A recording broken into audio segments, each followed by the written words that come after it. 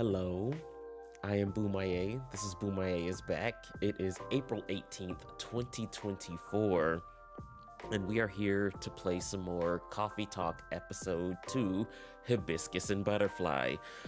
Yeah,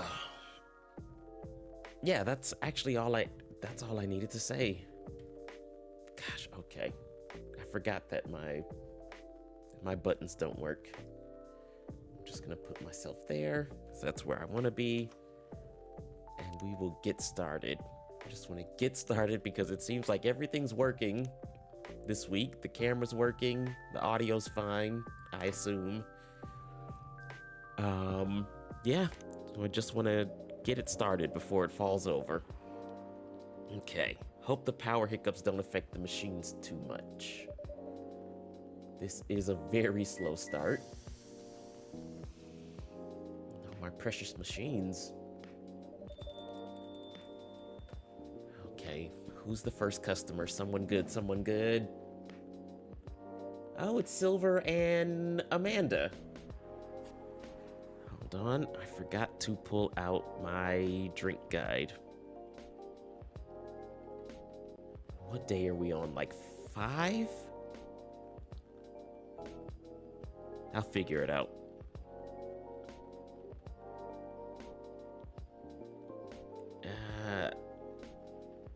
No, we must be further than that. I'll figure it out. Okay, welcome. Welcome, Silver and Amanda.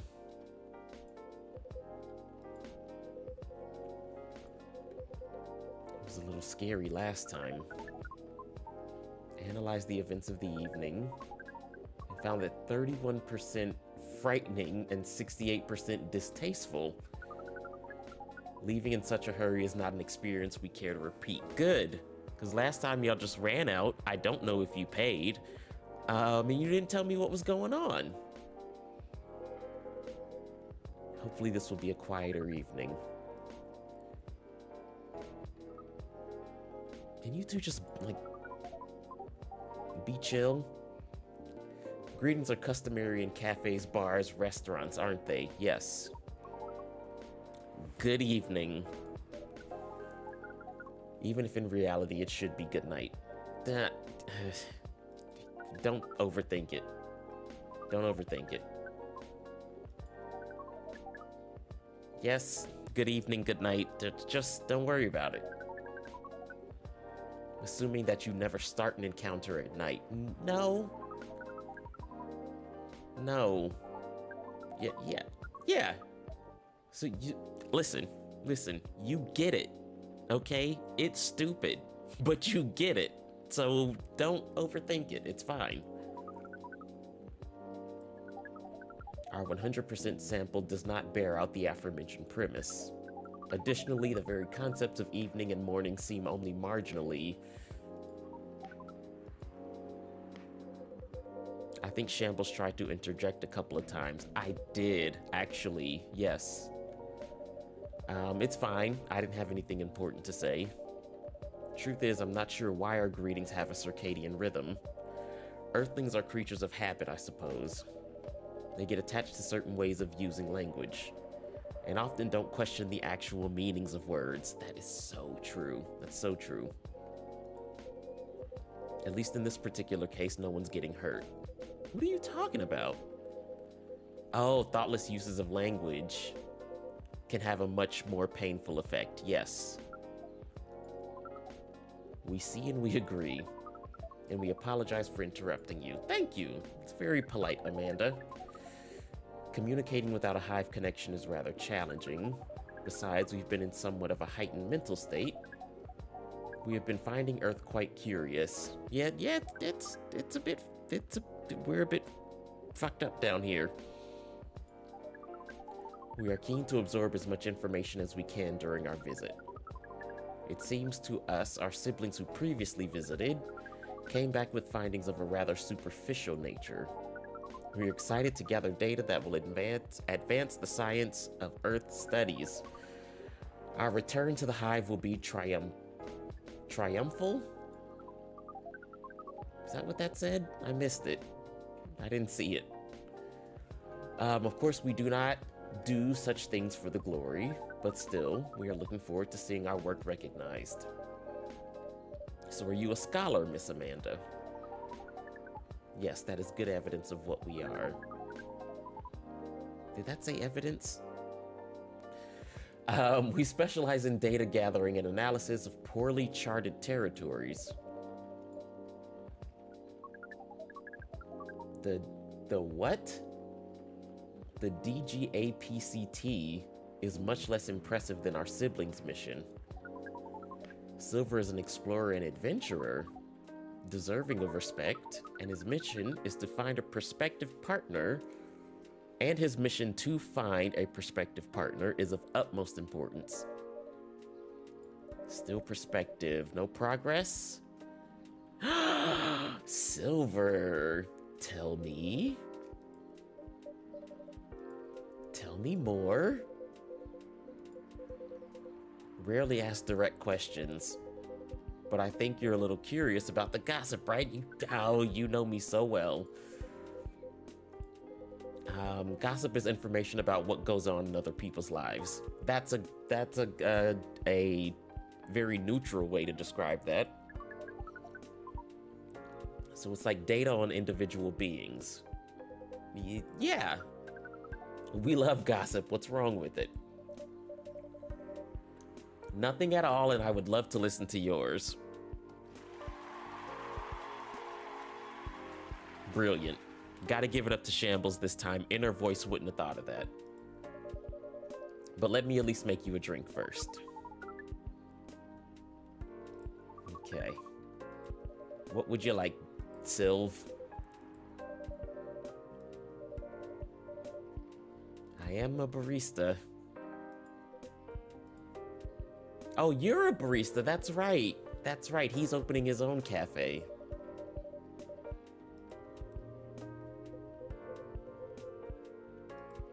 Okay, you're not ready yet. Okay. Promise I'm not withholding, but things are a little complicated. Is it all right if we start with the drink? Yeah, let's go. Something simple. Do you remember the first drink I ordered when I came here years ago? No, I didn't make it right. It was a coffee drink. I think you mentioned it was bitter. Bitter and tart. A bitter and tart coffee drink. Is it the chocolate honey?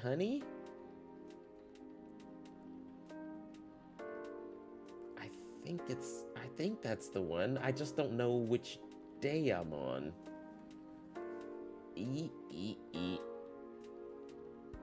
I'm gonna, but that doesn't have coffee in it.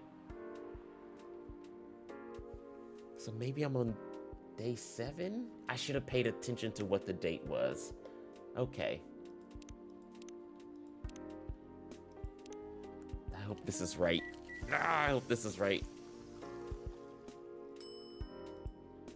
And then let's give you this. A black lemon.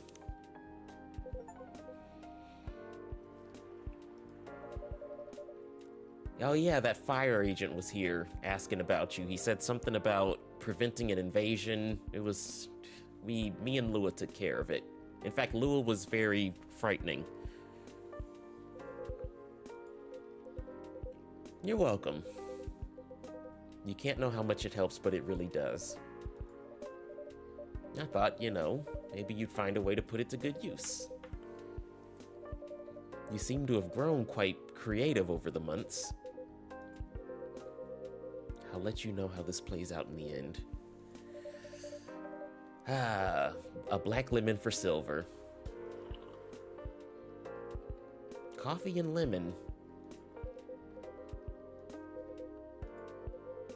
I think I might prefer sweeter things, but I'm glad I tried this one. I second what Miss Amanda said last time. You feel the same in some ways, yet you're also very different.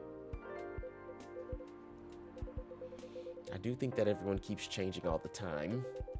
Maybe we feel like our personalities make sense because we see ourselves in hindsight. When the truth is, we make ourselves up as we go along. That's somewhat true. That's an insightful theory, Silver. You have grown wiser. You used to be a rather youthful and innocent part of the hive. Had to learn and adapt. It's been a couple of years after all. But despite all that, and considering what I said about people changing all the time, I don't think I've changed all that much. In fact, it's as if I've become a little more me every day.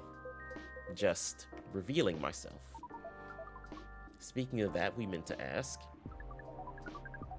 how do you choose this specific Earthling appearance over another?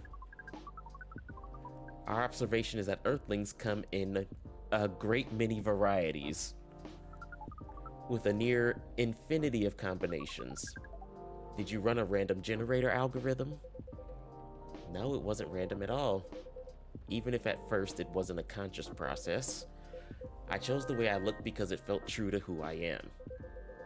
When I first started coming to this cafe, I had a hard time understanding this world and its rules. But there were already some things that I could relate to. Some things that felt familiar. Like Hyde's eyes that always see beyond the surface. Or Gala's outfit, which is a sign of kindness and trust. I borrowed those traits from them without even realizing. Did you? Oh, okay. You took inspiration from them. Yes, our species seems to have the ability to do that. But Gala's fashion I couldn't keep after all. It came with responsibilities.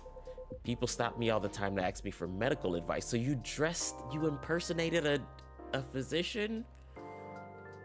Or a hospital's admissions officer? I don't know if that's legal. I can see how that would be problematic, yes. But then I found this fictional universe where all the stories take place in the stars. That explains the outfit. So I changed my outfit to imitate theirs. And at some point it all came together. One morning I saw myself in the mirror and I felt right. Like the way I looked matched who I was. Seems like that's important. It made me feel at peace. So, although I look different now from when we first met, and although I've learned the ways of this world a bit and have grown a bit, in many ways I still feel the same. Exactly. You're the same person on the inside. It doesn't matter if you've changed the way you look. Simple. Simple message. Different but same. Yes, different but same.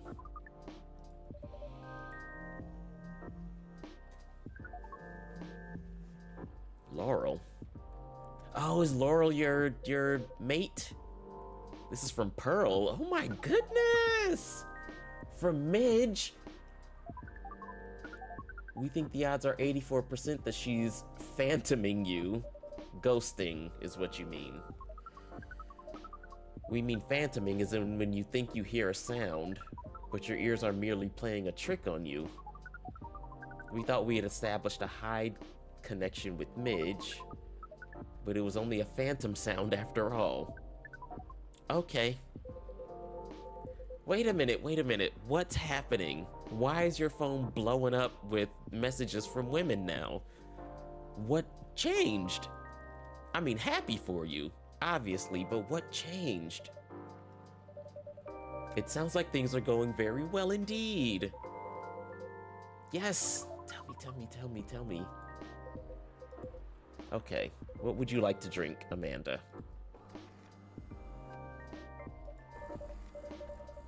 Oh, the machine's broken. Sorry. So refined yet so unreliable.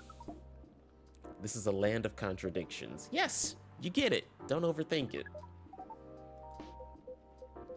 Okay, so I've been relying on Amanda to help with the online part of online dating, and it's been working really well. Geez, Amanda, where were you when I was single? There have also been some small issues. Earthlings are strange. That is a huge issue. Online dating has a reputation for emphasizing that. Yes. Yes. Some Earthlings express their interest, but when you say hello, they never answer back. Yeah. Yep. While in real life, saying hello is a starter for 99% of conversations. It seems that online, more humorous or breeding-oriented openers are favored. Yeah. However, if an opener is entirely horned, it is considered out of bounds and angrily dismissed. Huh. Did you play the first game? Yes, I did. And as far as my favorite character, it's the same for both so far. It's Mr. Gala. Mr. Gala's cool. He's very kind, and he's one of the few characters in this game that doesn't absolutely press on every one of my nerves. Yes, I love Mr. Gala. How about yourself? Also, welcome. I am Boomaye. This is Boomaye is back. Yes, let's go. Horned. Yes, that's when prospective partners send you up-close pictures of their horns. Oh, Amanda. Amanda. Yes, their horns.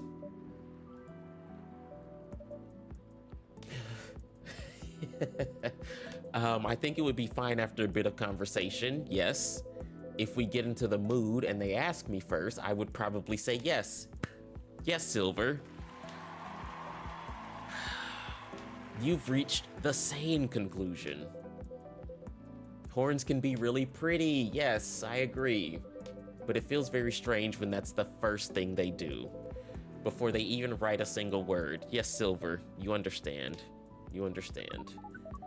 And then sometimes Earthlings express interest, but after reading a joke that is statistically funny 99% of the time. Yes, some people are very basic. That's the word we're looking for. They answer with a sad face and block communications. Funny for you 99% of the time?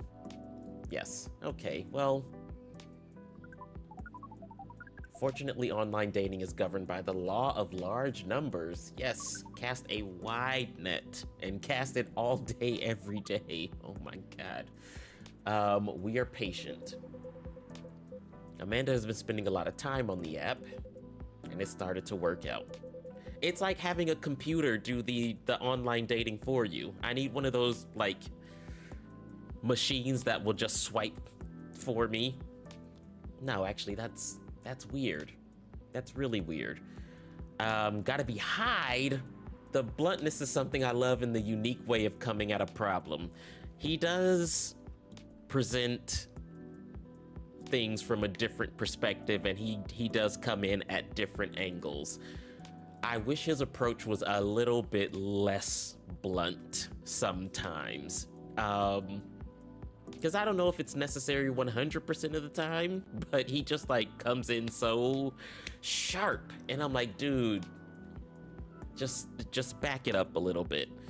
I mean, if it's a character that he knows and is familiar with, and obviously at this point that's mostly what we're dealing with, then like it's fine. But man, the first time he spoke to Lua in the last game, I was like, dude, am I gonna have to ask you to leave?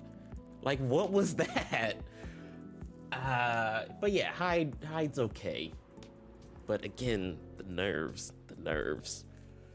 I'm having conversations with some really nice people, especially Pearl. We prefer Laurel, Amanda. Her facial features are more symmetrical. So, what are you, an infant? But Silver seems to favor the asymmetrical Earthling. It's just, she sounds like a really good person. Okay, Sylv. She's a communications director for a charity that fights homelessness. Yes, go with her. Choose her. I don't think she's been very lucky in return. Yeah, kind people usually aren't very lucky. It's the balance of the universe. Again, like I said before, it's effed up. But she's very funny and curious of everything, and her smile. Please desist. We can sense your hormones boiling. And she's the person you might be getting a date with?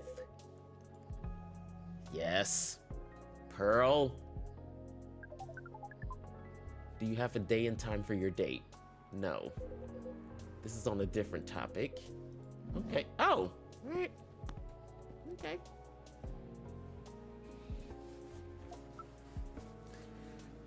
But I guess that's why I love the Hyde Gala combo. One is super caring whilst the others are straight to the point. Yeah, they are a pretty good balance for one another. But whenever Hyde is here and Gala isn't, I'm just like, dude,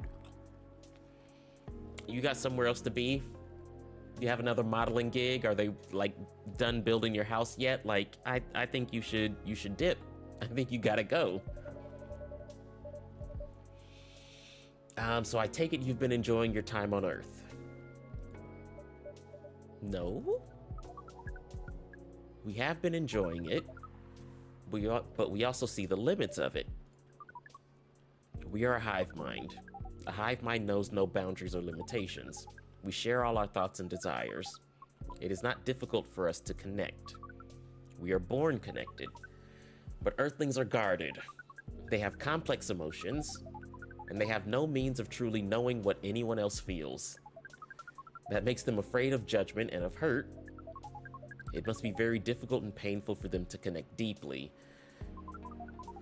There's so much they must let go of first.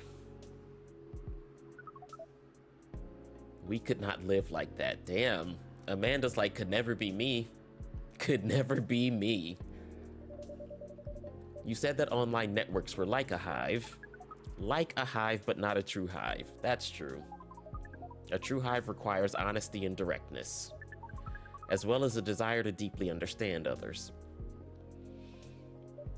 Yeah, Amanda, you're not wrong. You're not wrong.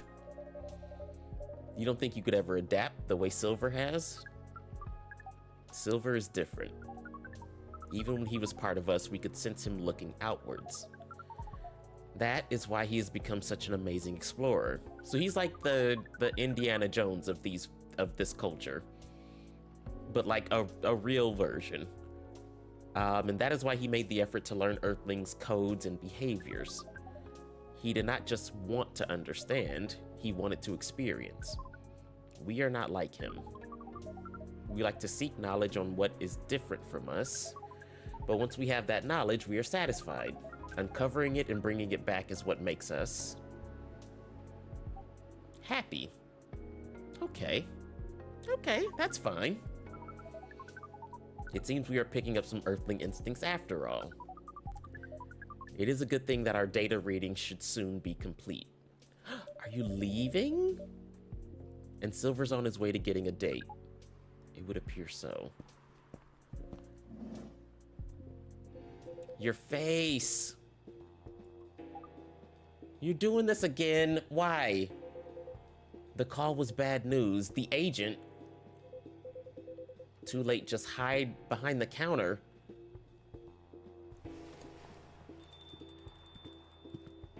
Oh no. Hello. What brings you... Okay, wait, let's just keep my cool. Just be chill. We're chill about this. It's fine. We apologize, but our machine has been having issues. We cannot serve drinks at the moment. You know very well I'm not here for drinks. I'd rather not involve any more civilians in this, though. Oh, do you mean me? I'm sorry, but can't whatever this is wait for another night? I haven't finished my drink yet, and it looks like rain again outside. Well, it's always raining. You gotta give them something better than that. Here's something that can't wait for starters.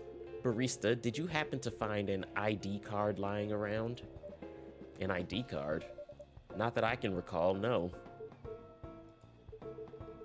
I certainly hope you're telling the truth. Mr. Agent, you seem to always doubt me. But you've been here several times already. Surely you should see by now that I'm not lying. Well, you're awfully good at avoiding straight answers, and losing an ID card is very troublesome. Back when I worked at a delivery center, they would make us pay a lot to replace lost ID cards. That's not even the start of it. My job is a lot less forgiving than a delivery center. I'm very sorry to hear that. What's your job exactly?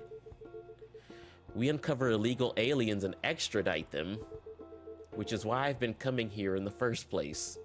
We keep getting tips that there have been alien sightings around this cafe. Speaking of which, have you noticed anything out of the ordinary, young man? Oh, Mr. Fire Agent. You don't know how close you are. Can't say that I have. I don't come here all that often, which should change because we are very good friends and I want to see you sometimes. But it's always seemed very above board to me. Are you sure the tips aren't a prank? It seems that some young people enjoy those as a pastime. Yes, unfortunately. There are very popular videos of them online. Yeah, someone might be recording you with their phone right now. I mean, look around. Maybe it is, but I still have to investigate properly. Does that mean harassing a small business owner? Otherwise, my superiors will have my head on a platter. But you can't waste time on a cold trail either. Surely your superiors will see that you've done your best. They're a bit obsessed with the alien situation. Is it really that big of an issue? Well, having unusual elements around disturbs the public peace. What public peace has been disturbed? The only thing that's happening is someone is going around slashing everybody's tires around the police station. Why don't you investigate that? Your average Joe has no clue what to make of them, you know? It makes people feel unsettled. Are you sure? Although the visible aliens aren't too bad from where I'm standing. At least we can identify and extract them. Aliens who try to pass for Earthlings are a bigger problem. For one, it just muddles things. No matter how much they try to look like Earthlings, they were born aliens and aliens they will remain. But now they're aliens who don't look like aliens. What does that mean, you know? And where does it stop? What if some Earthlings decided they wanted to look like aliens? That would be a huge mess. Would it? Anyway, the top brass insists that we go after them.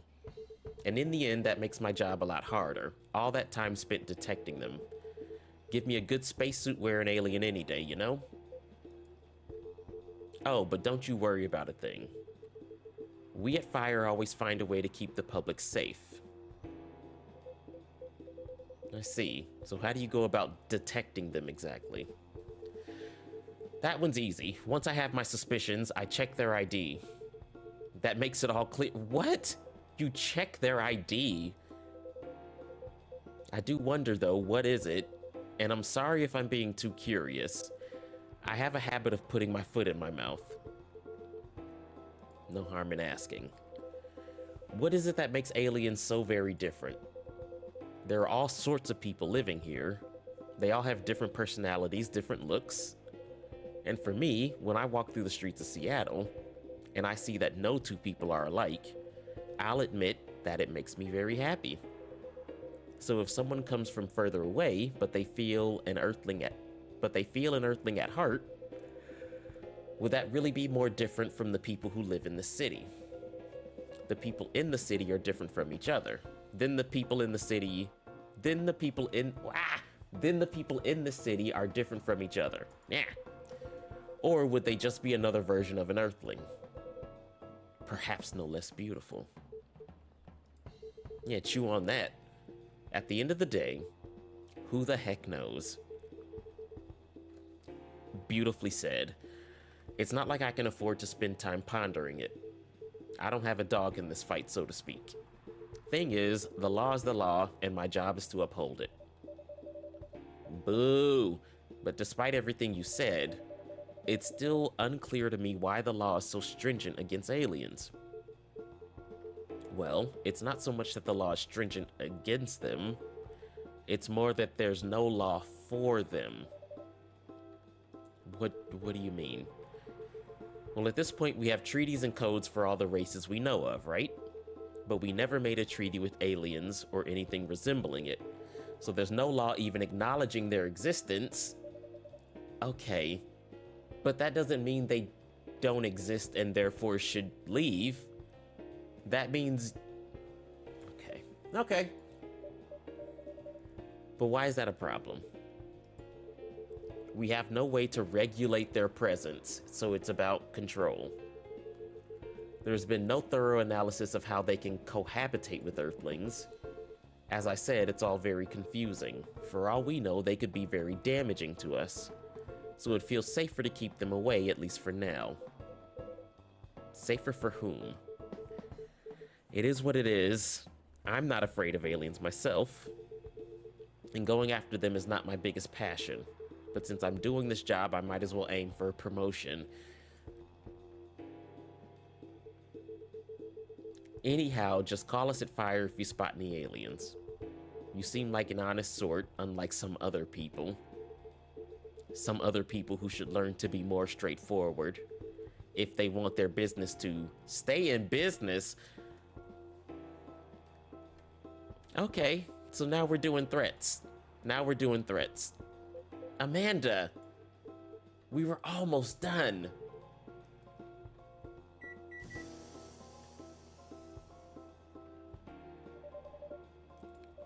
Just the coffee machine seems to have restarted.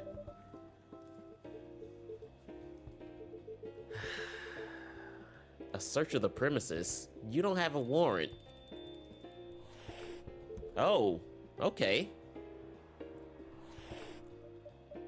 Sir, you seem to be pissing off this cat. If I'm not mistaken, this is a local cat. It's come over once before.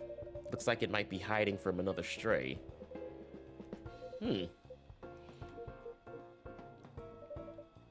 I think it likes you. Ooh, okay, it's asleep now. With your fiddly machine and your weird pets. What is that? Oh, that's you now. Okay. All right, yeah, get out.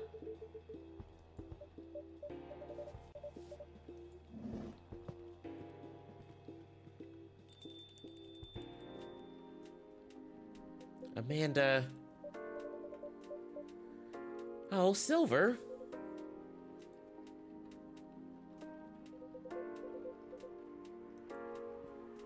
I mean, we should wait at least half an hour.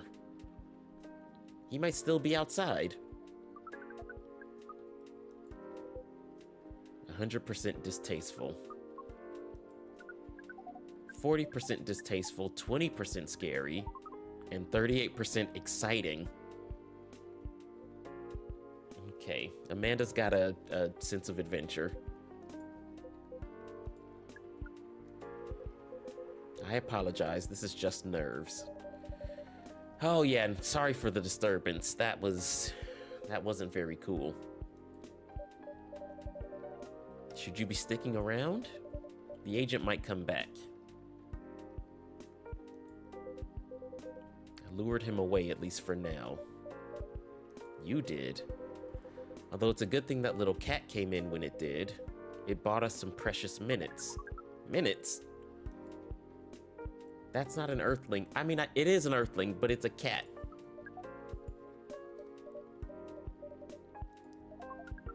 We can feel this Earthling's intent better than usual.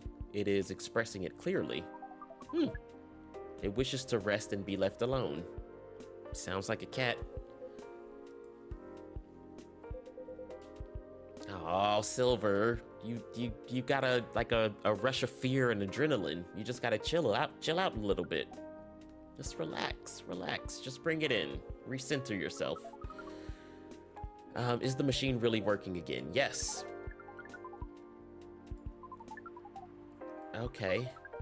Hot and comforting and sweet. Hot and very sweet.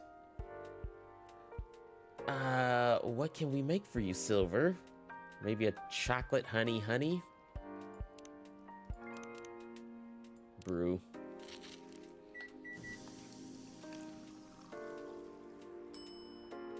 Serve.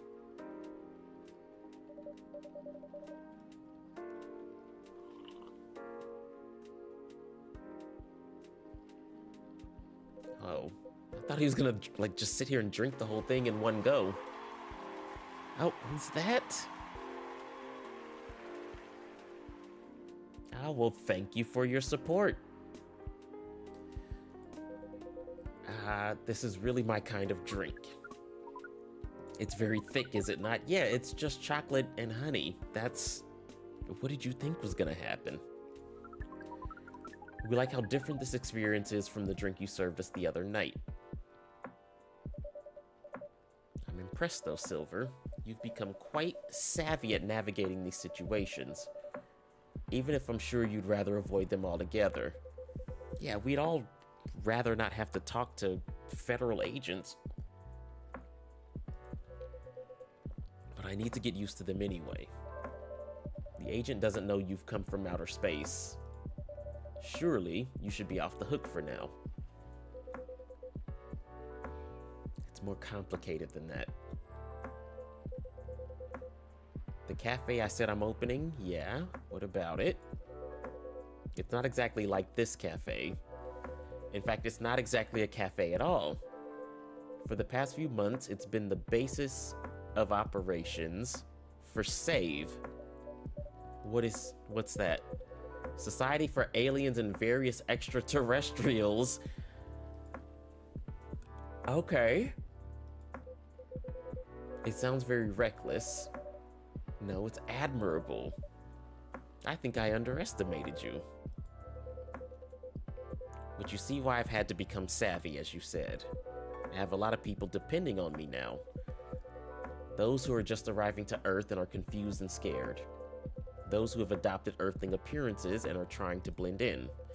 Those who are learning how to understand life here. This sounds like just a setup for Men in Black. This just sounds like a setup for Men in Black.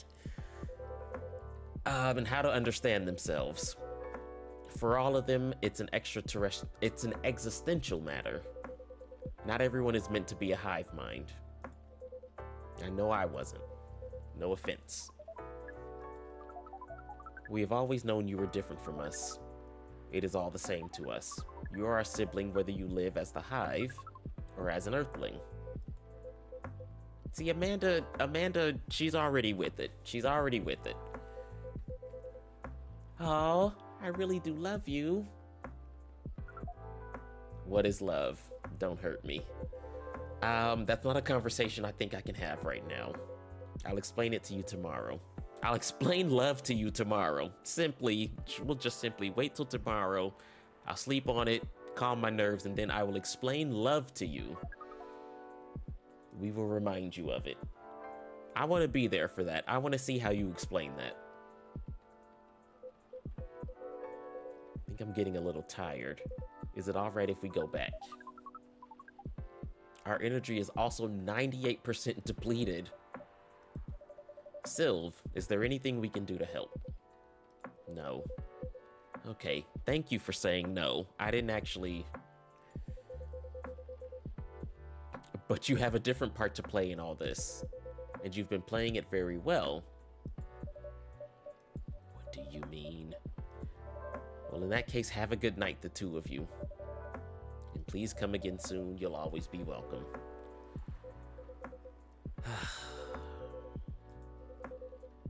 I'd say goodnight to the cat, but I don't think it needs my wishes. Nope. Good night, Amanda. See, now we can use goodnight. We find it rather odd that yes, Amanda, like I said, don't overthink it. The good night, good evening thing, just don't worry about it. It's fine. It's fine. Now I gotta get this cat out of here. Wonder what you're doing here.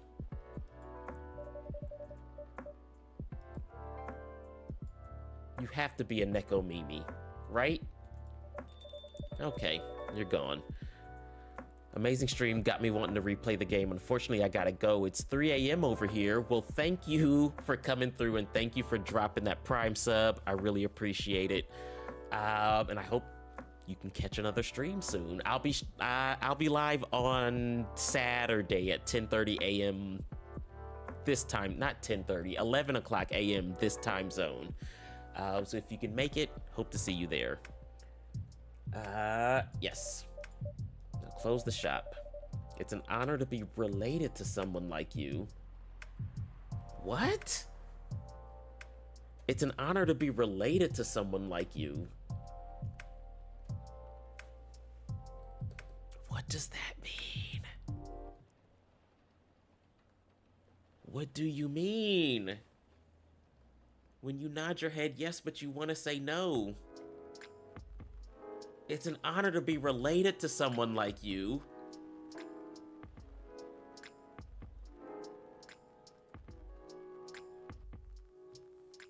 Okay. That's pretty big. That's a pretty big thing to say. First workaholics treatment center to open in 2024. No phone, no laptop, just rest. I know someone who could use that. Beachgoers report silver algae blooming on Alki Beach. And curbing recent security breaches, government to block data leakers' websites. All right. Oh, another thunderstorm. Somehow I feel like it's gonna be a long, long night. Or not. Oh, who's that? Someone good, someone good, someone Gala! The first entrant into the boyfriend book. Hey, Gala.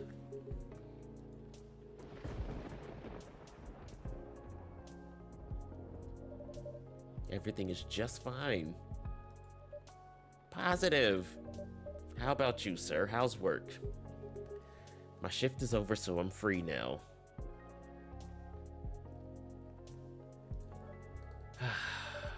That reminds me, Mr. Hyde was here just the other day. Thanks for giving him that key card, by the way. Good call. You're welcome. You saved me $100. Not a wait, what? A replacement key would have cost me at least that much. With the fines and everything. Oh, okay. Glad Mr. Hyde was around to help then. I mean, it was me, but whatever. I didn't think he'd be in Seattle, to be honest.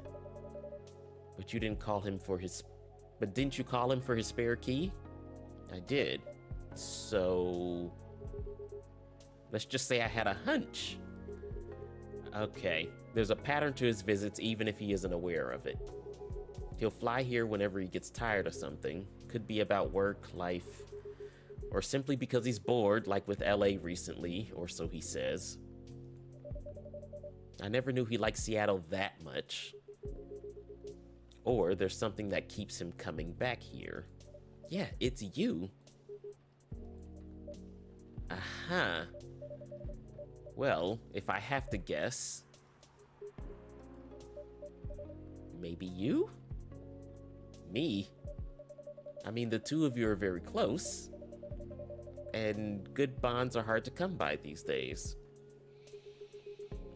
He's not someone who's big on attachments. Well, yeah, because he's like 300 years old. He's a vampire. Who knows? Maybe that's changing.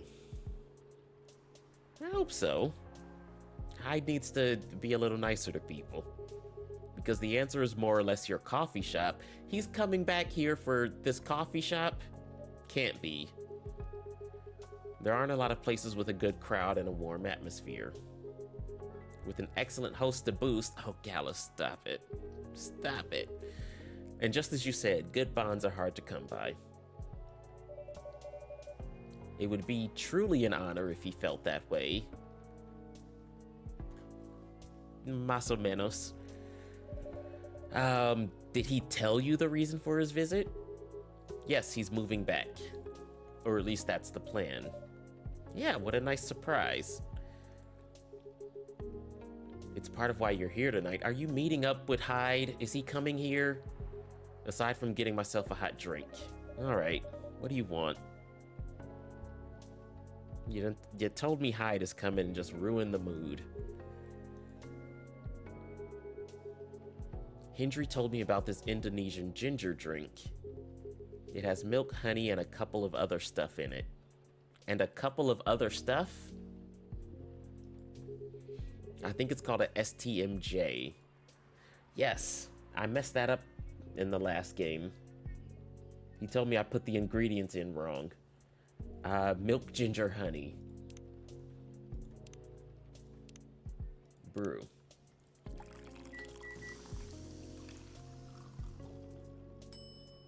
Serve it up. A nutritious drink from the archipelago coming up. So what's in it again? Egg, milk, ginger, and honey. The drink's name itself is the ingredients. Egg, milk, honey, and ginger. No wonder it somewhat reminds me of eggnog. Albeit spicier and not as rich. But I can see why Hendry likes it. It's a great stamina drink. He probably needs it to keep up with Rachel's work. As long as he remembers to take breaks. Maybe I should invite him for a drink here sometimes. You should! Get the old man in here for a drink. I love Hendry.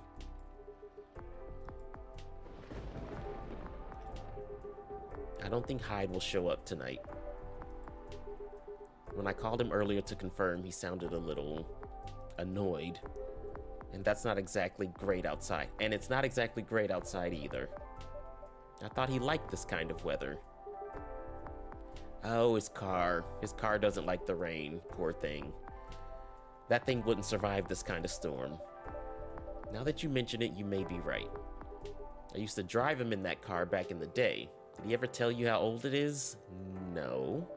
Well, he told me the story, yes. I guess I'm just surprised he still uses it at all.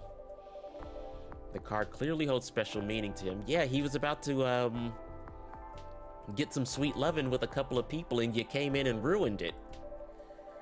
He was also quite sentimental about it, which makes me wonder if it has anything to do with him moving back here. He lived here before, right? And he kept bringing up the past too? Are you saying his move is motivated by nostalgia? Could be, or homesickness. But I realize that makes no sense.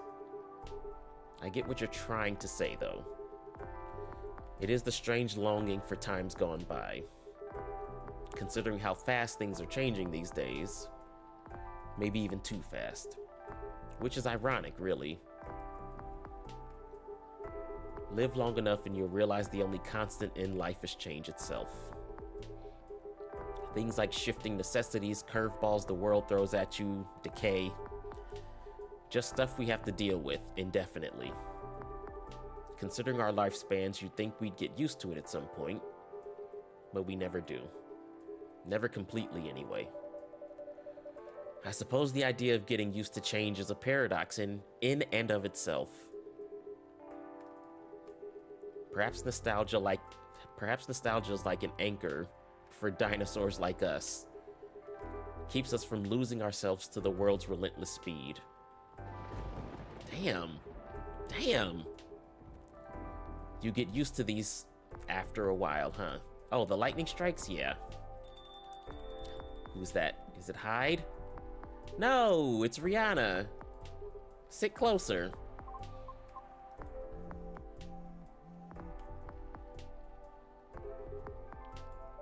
Alright. What's up? You're meeting up with someone? Who? Oh yes, and how's your car?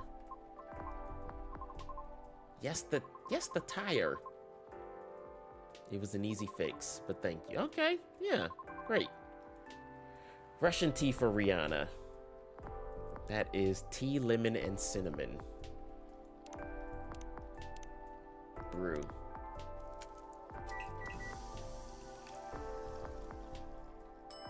And serve.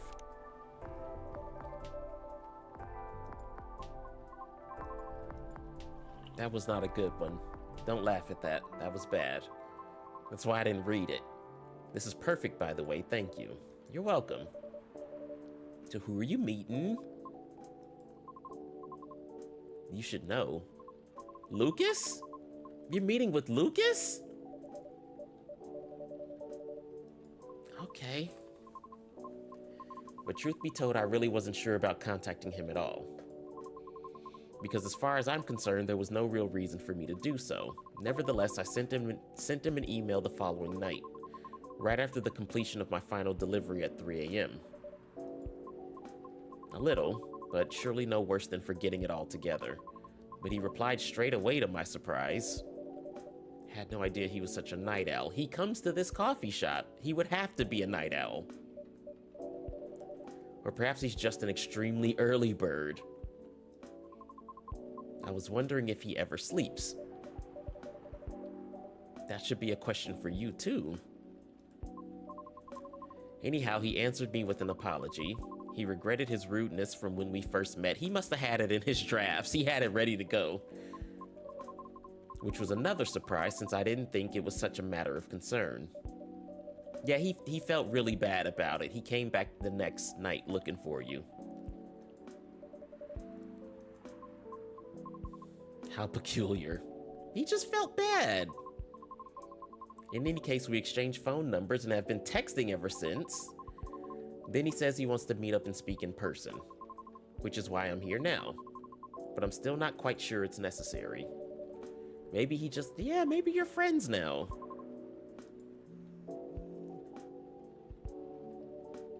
Gala? Hyde's not coming. Surprise, surprise. Probably for the best given the circumstances. He just wants to take it easy tonight. All right.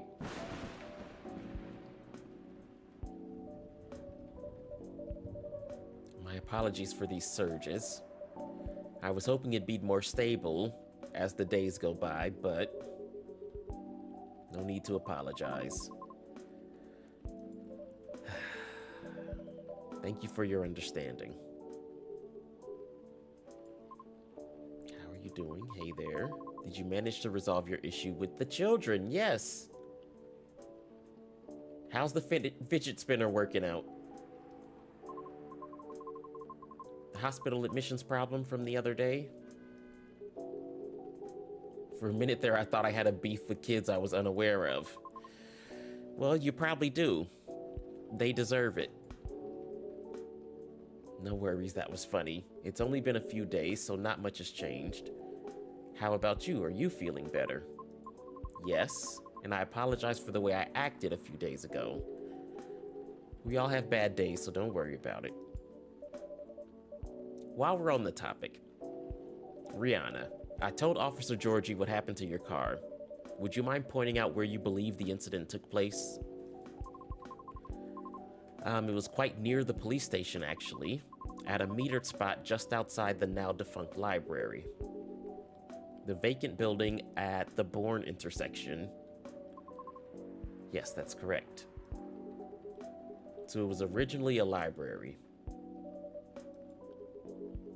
I know of the property. It's been abandoned for a long time, but it's a heritage building, so I often wonder why nothing's being done with it. Since it's located in a very populated, culture-centric neighborhood. Rihanna agrees. There's even an art gallery nearby. Then again, I've always found the street a bit odd.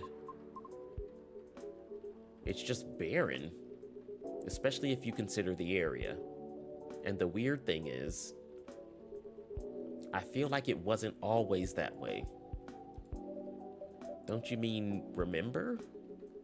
Nope, exactly what I said. It's a feeling, not a clear memory. Hold on. Strange, isn't it?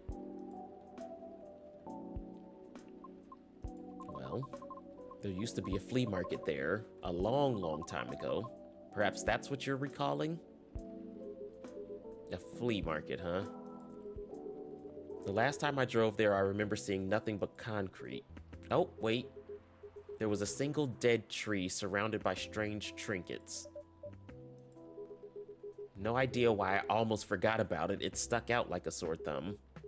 About 8 feet tall, no leaves. It's been there forever too, as far as I know. That hawthorn tree was something of a landmark for us drivers. And the trinkets you spoke of were actually remembrances of sorts. Hold on, let's rewind a bit here. Your car was vandalized near a metered parking spot in front of an abandoned library. On a seemingly deserted street within a busy area that has a large dead tree surrounded by remembrances for some reason. Yes, okay. Just making sure we're all on the same page about it. Lucas and Georgie. Ugh. We dodged Hyde, but we get Georgie.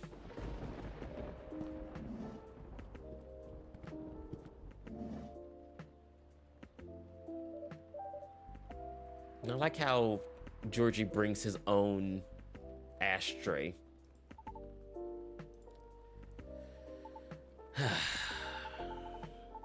I thought I'd be early, but you're already here.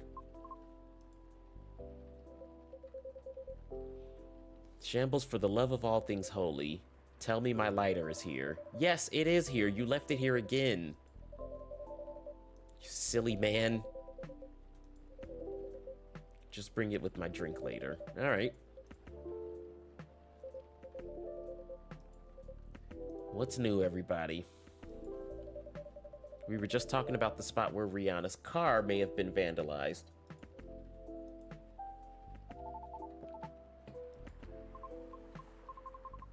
It's not a big deal, she says. Where did you park your car? Okay, we did this already. I can send you the coordinates if you like. Yes. Does that even work on his little flip phone joint there? It's within the area you expected, or pretty much the same location where I parked mine a week ago. But you did it on purpose because you didn't want to go home that night because you're a idiot. We already increased patrols in that area, but I'm the only one doing it at the moment.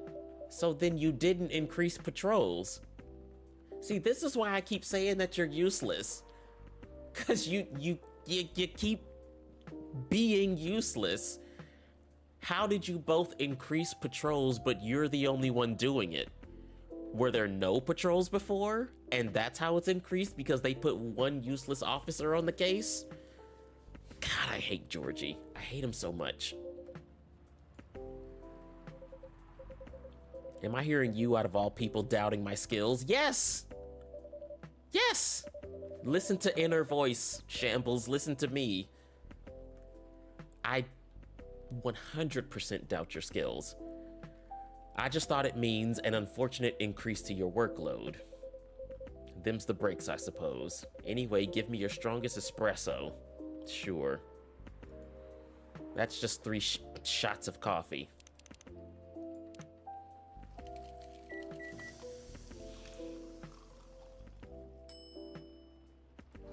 Here, have your dumb lighter for the second time.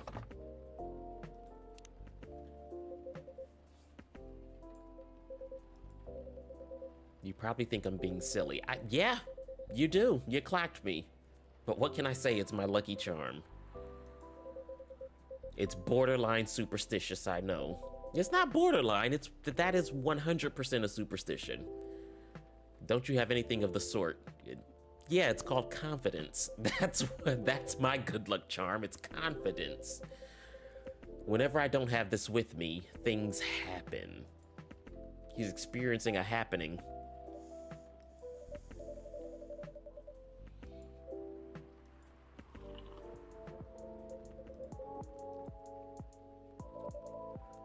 You're welcome, even though you didn't say thank you. Something desserty. I know this is a coffee shop in Seattle, but again, we're not that type of place, my guy. Walk 3 blocks in any direction and you'll find the place you're looking for. A cheat day? Okay. I saw this video of a Spanish hot cocoa drink the other day. You got a little champurrado? It was so thick I thought it was chocolate sauce. The name reminded me of a song, but for some reason I can't remember the title. You know, that sounds oddly familiar. Then I'll have that thick cocoa. It's got milk and a little hot, spicy kick to it. So let's get you chocolate, milk, and ginger brew. That thick cocoa. I want that thick cocoa. Never want to hear you say that again. Here comes a cup of Spanish Sahara for you. That's what we call it here, at least. You stop taking pictures of it. Bon appetit. I think this is it. Very tasty. Yeah, you're welcome. All right, everyone's got drinks now, so we can all stop talking. Just earlier, you were telling me about your creepy patrolling experience, right? Was it in the same location where the lady's car was?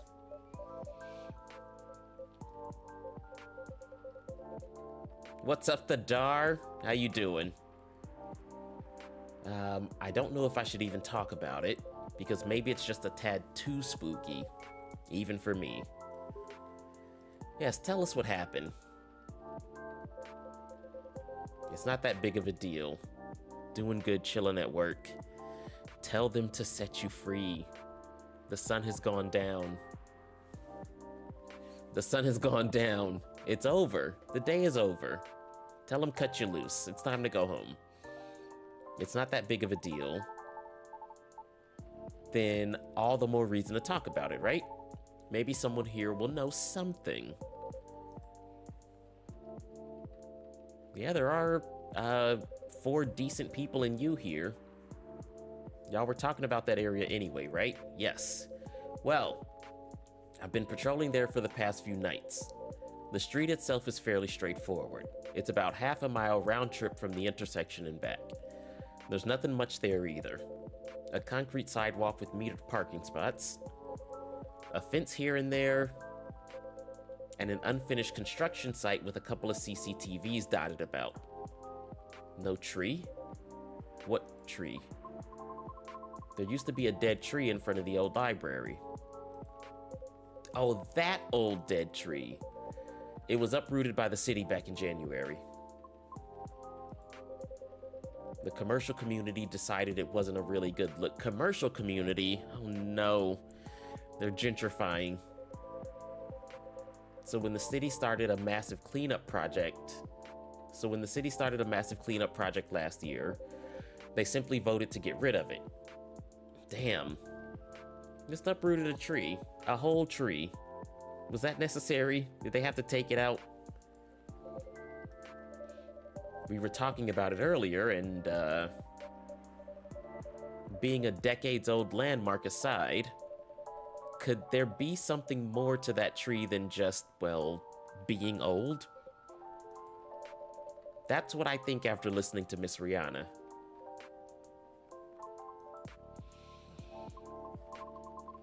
Are you expecting something from me? Yeah, no. Sorry if I crossed the line. You just seem to know a lot about it, and I don't want to mix up the facts.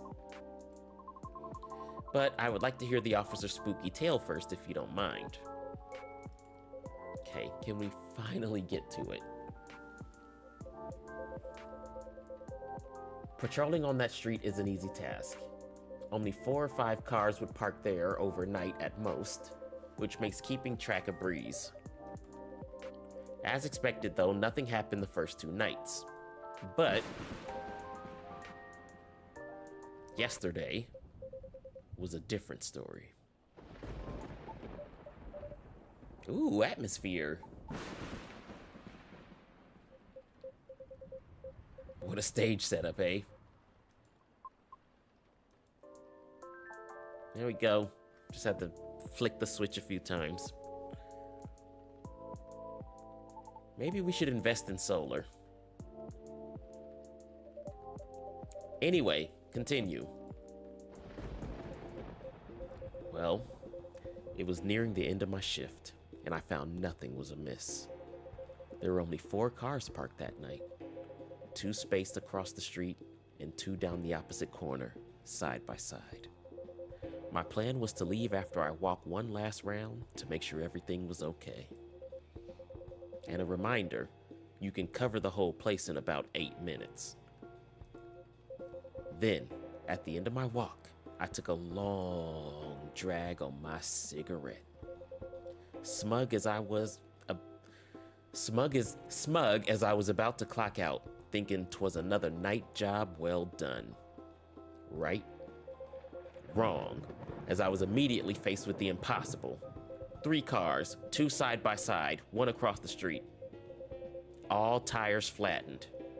That's 12 vandalized tires for you, in a span of less than 10 minutes. That is so strange. It would take several minutes to flatten just 1 tire. And that's if you're using the right tools. But that wasn't all. Oh no, it wasn't. Because that was the moment when the street lights went out, suddenly and all at once. Right after that, I heard flurries of footsteps and laughter. They were going farther and farther away from the scene, and yet I saw nothing at all. Are you sure? Did the CCTV catch anything? Ari, what's up? Is he still getting his milk and honey? I think... No, he ordered an espresso. Lucas is drinking a Spanish Sahara.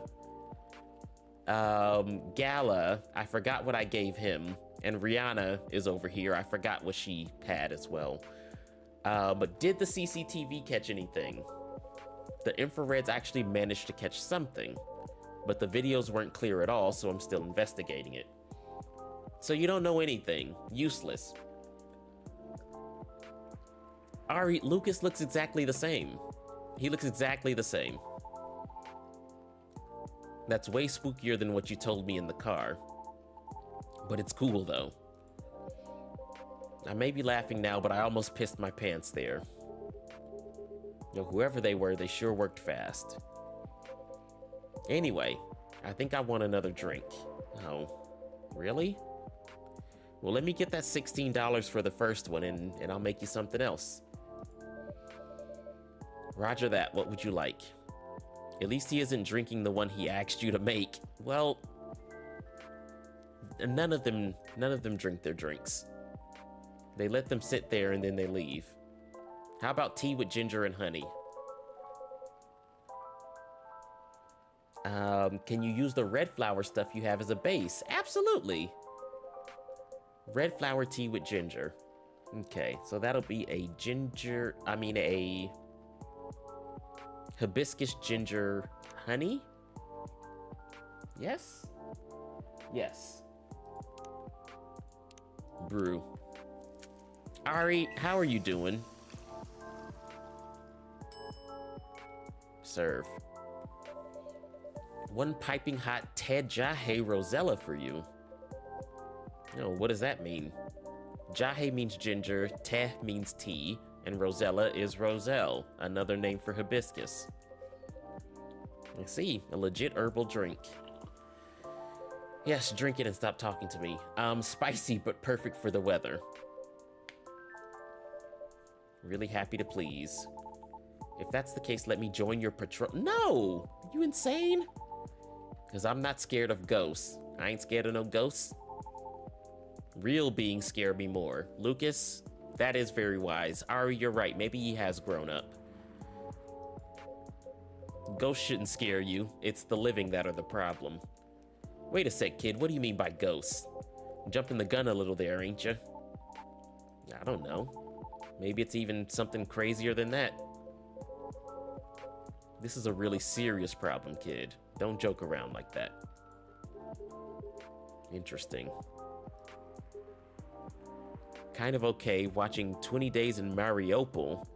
Haven't taken a break because it's way too graphic. What is 20 Days in Mariupol? Right, the tree. What does this have to do with the tree? I'm not sure if this can be any use at all, but... Officer, are you aware of the story behind that tree? I recall what you said earlier. People often leave remembrances around it. What do you mean by that? Well, it's because someone passed away there. Allow me to explain. I mentioned there was once a flea market on that street. They called it the Fairy Market. It was unofficially set up by the transients of the community. Transients being the government's term for unregistered citizens, including all uncategorizable beings at the time. Fairies were part of that. After the war, the government made its first official attempt to sort things out. Organizing equitable classifications was thought as one of the first steps towards civil peace. But it was oversimplified, inefficient, and not speedy enough. Yep, sounds like the government. Was all that before the Vindication Act? Way before that. Many who couldn't register were basically in administrative limbo. That's as good as, like, not existing at all. Yes, Lucas, you get it.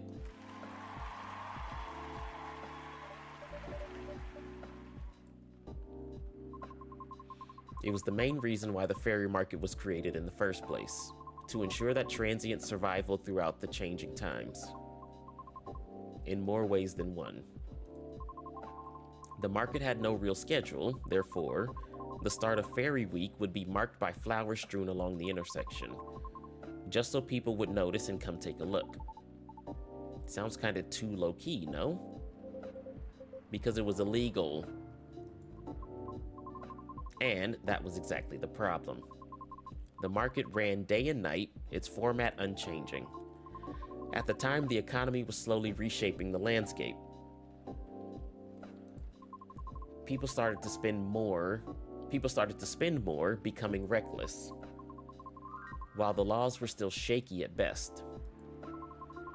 A tragic incident occurred one night. A drunk driver was speeding and went off course, striking a vendor. And the only evidence left of the crime was that tree, standing where there was no tree before. Oh my God.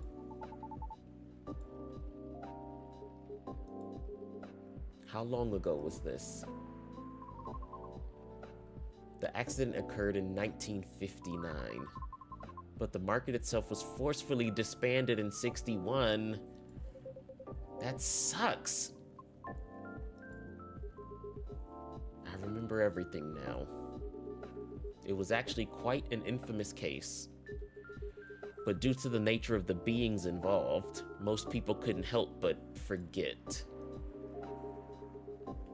We're talking about the late 50s to early 60s. Post-war media was still quite scarce. And I remember the drunk driver was also the son of a very wealthy individual. Boo! I hate this story because I've heard it before. But that wasn't exactly the part that made the case so infamous. It was due to the fact that no body was ever found at the crash site, as well as the vendor being a transient with no legal ID or paper trail. As a result, the court had no choice but to dismiss the case. This is awful. But there was a body, just not the one people might expect. You mean the tree. When semi-spiritual beings like us pass on from the physical world, some may leave specific landmarkers behind. Not all can do that, though. Us banshees don't do that. No, we simply disappear. Oh my God. Mariupol is a Ukrainian city in the east. Okay. But what is the show you're watching? Like, what is it about? Oh, okay. Never mind. I think I've connected the dots there. So if I'm getting this right, the tree couldn't be used as evidence because it wasn't classified as remains. The witnesses were in the same boat, no paper trail. So the driver's lawyer took advantage of those loopholes, and that's fucked up.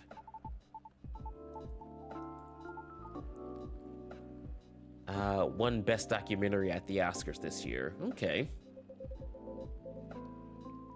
I'll take a further look into this more, but I have a question for you. You think the vandalism has anything to do with the tree removal? I mean, I would say chase down every lead you have before we go down the ghost route, but yeah. I suppose it might depend on when the acts of vandalism began.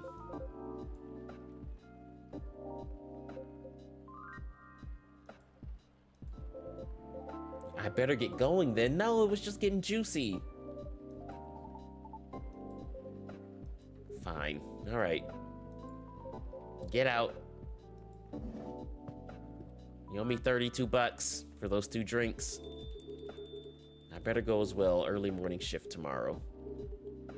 You know what? I should have just like, I think before the next stream, I'm gonna keep the idea to myself just in case I actually don't do it. But I'm gonna try to do something for next stream.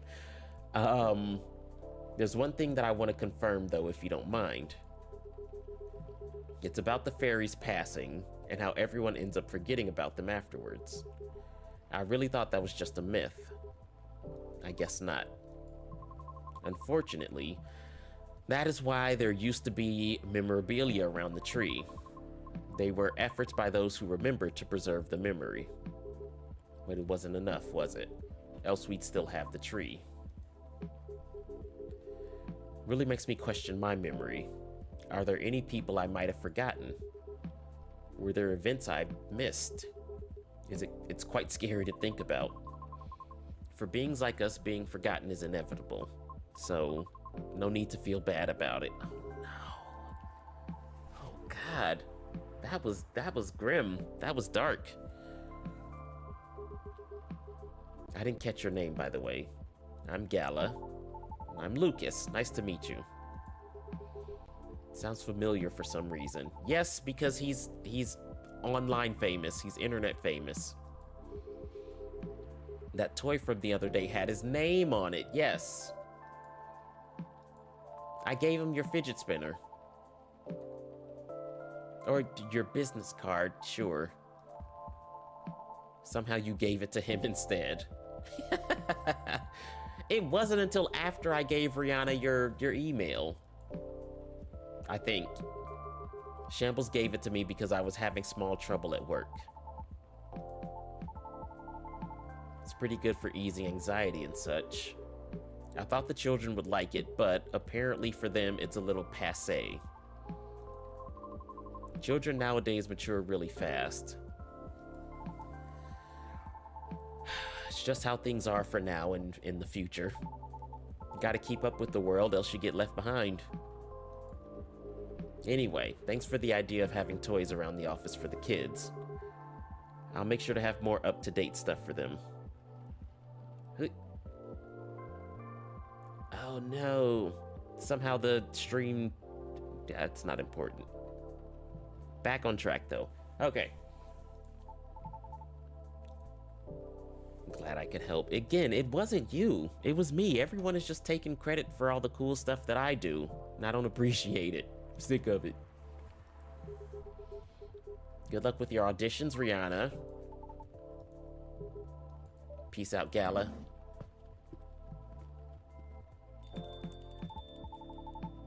Okay. It's getting late. Still want to talk, but if you're tired, let me know. Have you eaten? Do you want something to eat? No, we don't sell food here. Do you see any food? No wonder this place is always empty. Okay, well, no need to be a dick about it. Just kidding, don't hate me, please. Oh, Lucas, I could never hate you more than I already do. Don't even worry about it. Do you want another drink, maybe? All right, what do you want? Something without milk, a fresh feeling, and some brightness to it. I'm also quite partial to the blue pea tea. Okay, I can give you some butterfly pea, or whatever the stuff is called. Just let me get back to where I was. Order something for you, may I? Okay. Sure. I mean, you don't usually want to order for a woman, but okay. Could you try this mix? What? Pretty drink in a video and it looked perfect for Our Lady. Yes, she'll be having the blue pea base, a lot of mint, and a splash of lemon. Blue pea, mint, and lemon.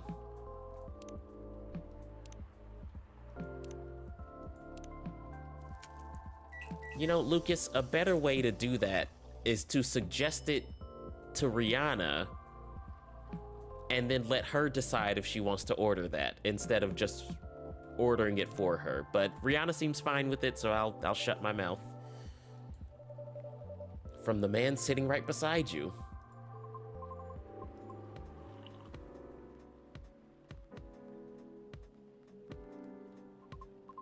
All right, she likes it.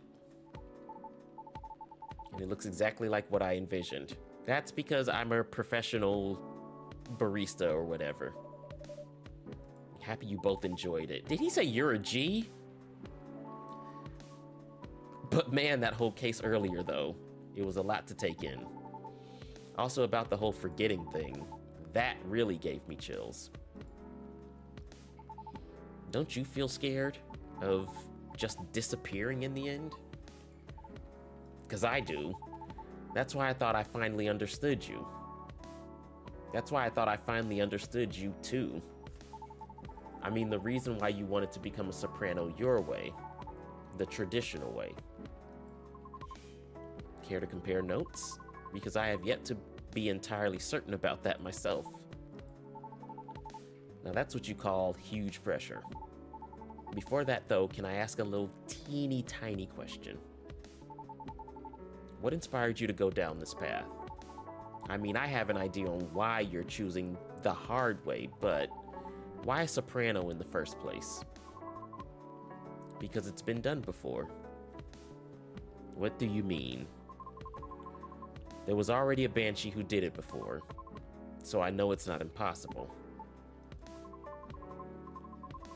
Her part was that of a sorbet aria, and she was not very well known.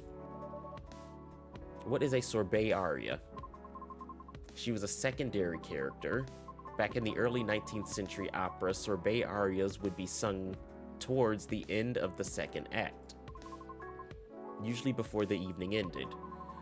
Hawkers would use the time to offer their wares for the last time to the patrons. Oh. Okay, so this was the part of the show where everybody like got up and went to the bathroom and to the concession stand and ignored the performers.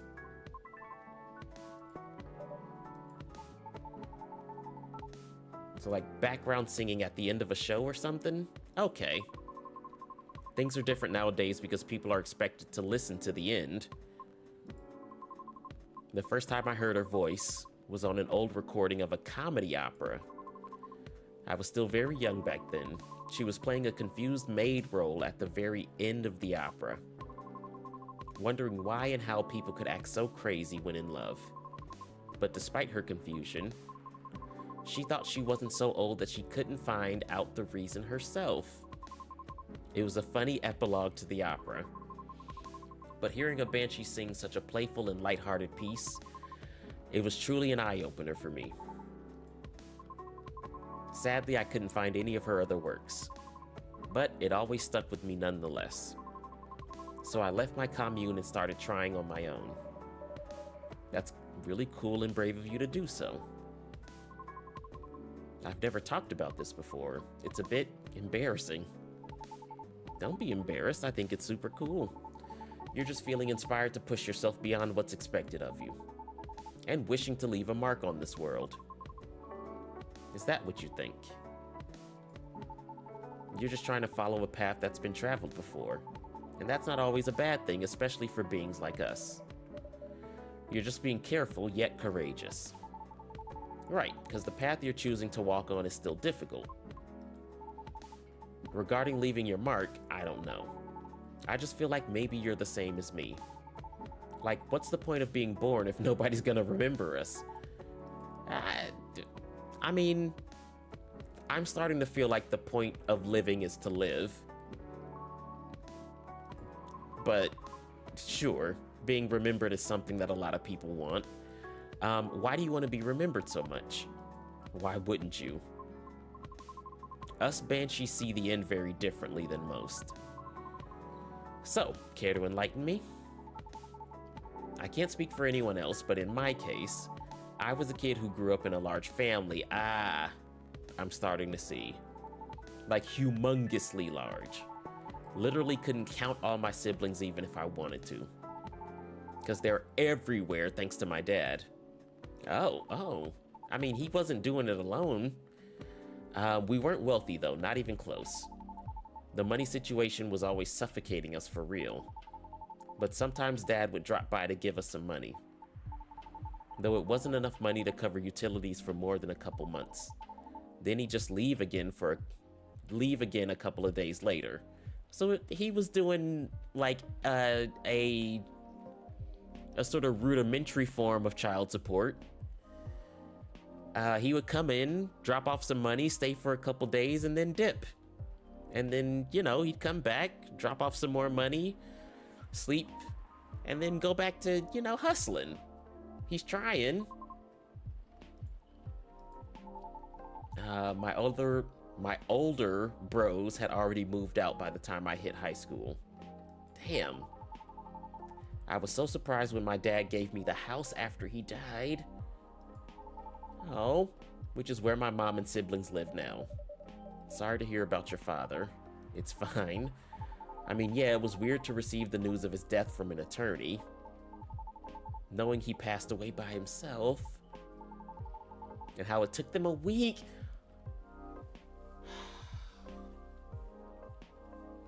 They're really just like 1-2 gut punching on this one. Oh my God. Everybody's just talking about death and sadness today. Jeez. I'm gonna need a drink after this.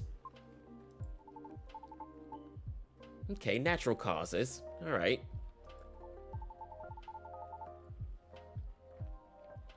How did he check out with absolutely no one knowing? Where were my other siblings? What happened to his ladies? It's just so crazy to me. And I guess it kind of haunted me. My life growing up was filled with disappointment over him. And I mean it in the best way possible. My disappointment actually drove me to work hard for my family. I just vilified him in my own mind, like shaking my mental fist at him. I'm gonna do so much better than you, sir, and all that. But then I received the news that he left me the house. Like, I know he had no money. That house was probably one of the only assets he had left. So when he gave me the house in his will, all I could think about was, what went through his mind exactly? The fact that he had a will at all was probably already a surprise for you. And what am I supposed to think of that? What am I supposed to think of him? And does it even matter anymore? When he's already long gone? Anyway, so my older brothers came back, right?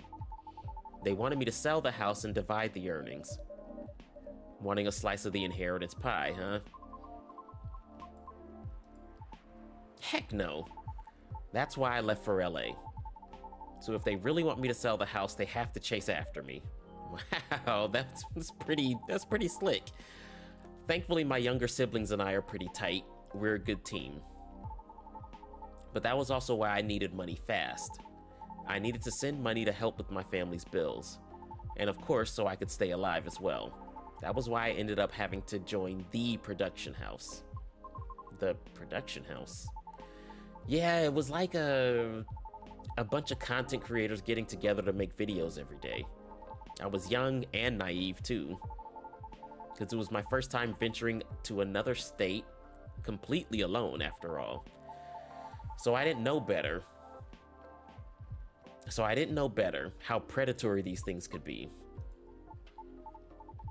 Man, this isn't gonna be an entertaining story. Oh, here we go again with another sad story. Hold on.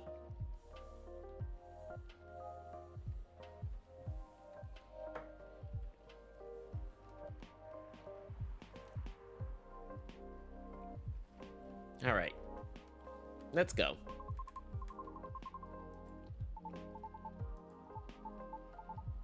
I just really didn't like that production house, but I needed the money. Someone there saw my vlogs and invited me in. And as one of the youngest there, I tried to get along with everyone. But you see, we were all creators in the entertainment industry, which means we all had huge egos. So naturally, there was somewhat of a hierarchy of sorts. Trying to be all around helpful turned me into the butt of the joke all the time. That didn't discourage me all that much, by the way. I mean, I also learned a lot there, not gonna lie. Still.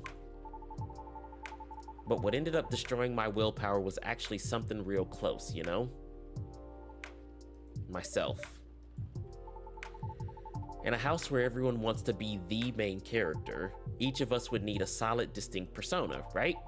Eventually, I was assigned one too, which was supposed to be a good thing, but they wanted me to be the worst version of what I am, essentially, with a heavy emphasis on what. I had a lot of nicknames too, like, hey ya baby goat, what are you up to now, Satyr boy, here comes the party goatee. These are not even good. Mr. Excess? You gonna go fishing again tonight or what? That's... what? Fishing? We had to go out and try to hit on people. And we weren't allowed to come home unless we failed spectacularly or scored. That sounds terrible. I always tried to be the punchline though, because there were always more views when something ended badly. But it was still the worst because I really had to act it all out, you know? Bothering people for pretend dates, be sort of a dumb jerk just for jokes. Just so all looked fun for the camera. Even if scripted, I never really liked doing it, honestly. And I also do not enjoy that type of content. Just bothering people for no reason, for likes and clicks. Useless. Because in the end, all of it just reminded myself of my dad. And I kept thinking, does the apple never fall far from the tree after all? So yeah, the whole thing just really sucked. You had it hard. Long story short, being tokenized sucked at the end. No disagreement there. No disagreement here. Sorry, I swear that wasn't what I wanted to talk to you about. Actually learned a lot this evening. I just don't want to take up more of your time. So can I just ask you a direct question? Would you be interested in guest starring on my new show? Yes, that's right. He wants to do like a talent show of sorts. I realized I was being dumb the day we first met. I kind of forced my thoughts on you and was just being a general smartass. Yes, again. You get it, Lucas. I undermined your straightforward efforts because I was jealous of your solid resolve. Since everything I did was anything but. But you succeeded eventually, didn't you? And you worked hard for it. Yet I almost ended up losing sight on why I'd been doing all this in the first place.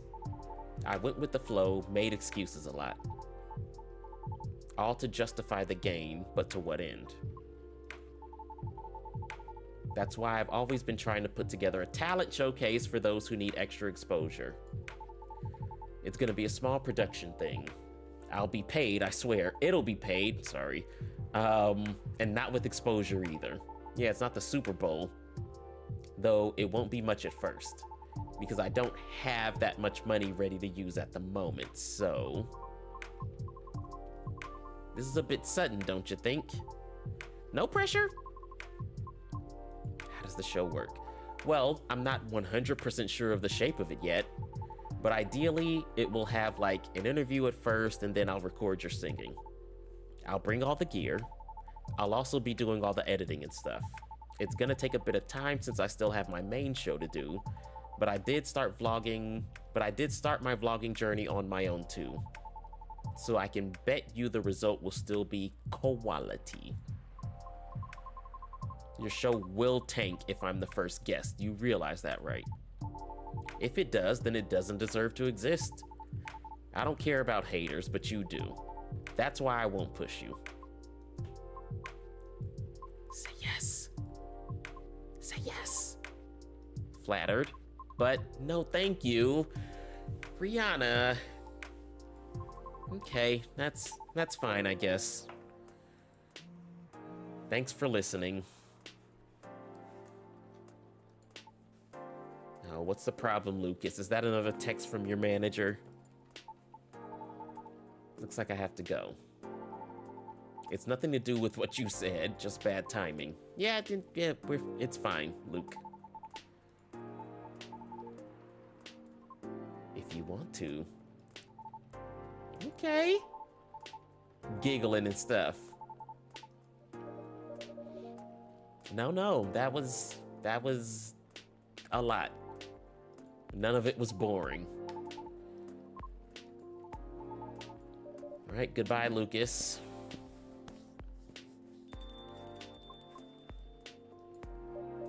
Miss Rihanna. I think tonight was the most I've talked in the past 2 years. And I'm quite glad you did.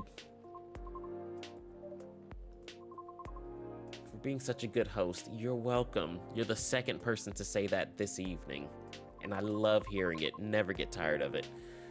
I know I'm not the easiest being to get along with. Oh, you should see Georgie. And Hyde.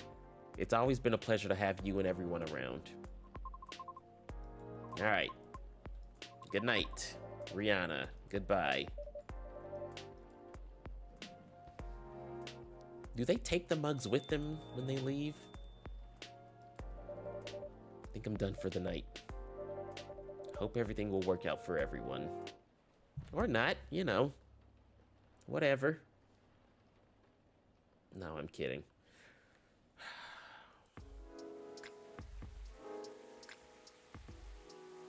Okay. Just trying to do some mental math. Because we're on, like, day 9 out of 15. So we're, like, a little bit past the halfway point. I hate to feel like I'm rushing, but oh, the spring schedule, y'all. All the ingredients are stocked, the weather's keeping quiet. Looks like a good night to listen to some stories. Hey. Aw. Gala, Hyde. How's it going? Nice to see you. Hospital was fine, except I was a little exhausted. From what? No, that's not it. What is it then? My Fury's been giving me a hard time. Oh, I thought you and Hyde were like making out all night or something. Your Fury, is it a full moon already? Ah, pre-Fury symptoms. That sucks. It's a common thing for werewolves. A few days before the full moon, our bodies will start to prepare for the Fury. And that changes the way they react to pretty much everything. Symptoms vary depending on who you ask, but it can affect our muscles, our appetite, our energy levels. It can give us headaches and a lot of other stuff. Small but annoying. No, to be honest, it's not that great. For me, I've been feeling pretty sore and more tired than usual. And a bit crankier as well. Is there a drink that I could help you with? Never found one, but if anyone can come up with it, it's me. Oh no. A Galahad can soothe your fury, but maybe it would work for a pre-fury as well. I think it needs to be more relaxing. Like a Galahad, but with no caffeine and maybe blue? Okay, a Galahad with no caffeine and maybe blue. So let's go blue pea, ginger, milk, brew. Oh, I think I put them in the wrong order. Trash it. Okay. Blue pea, milk, ginger, brew. It's the first one I've had to throw away. Soy. There you go. Do you come up with these names on the spot? No, it takes a bit of soul searching to tailor it to the situation and so on. That almost makes it sound like you know in advance what we're going to order. Call it a sixth sense? Right, so let's see how your sixth sense tastes. Oh, that almost sounds... That's just like on the verge of sounding sexual. And Gala, let me tell you, I'm into it. She's into it. Wow, this is excellent. Exactly what I needed. Very happy to hear that. Don't worry about that one I just, like, slammed against the wall. That one was nasty. There was a hair in it. What's with the long looks, you two? Did something happen? Did you make out? Guess I'll just come out with it. I need your help.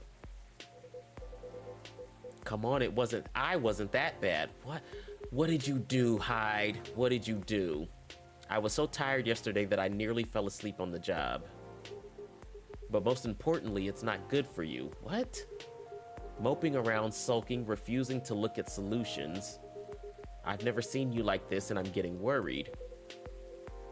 What's going on? You say that, but then you spend entire nights looking miserable. No advice I come up with is good enough. And Hyde, I'm barely keeping it together as is. You should know by now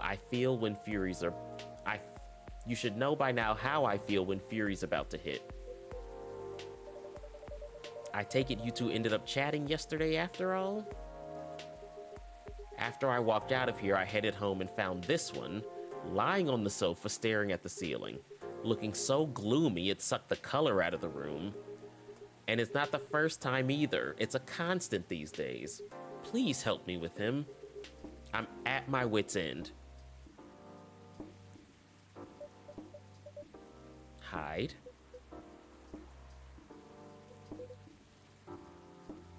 Tell me what's going on, man. The truth is, I'm bored to death.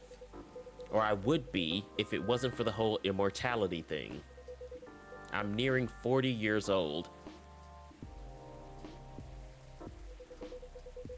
And I've never been this bored in my life. 40? Really?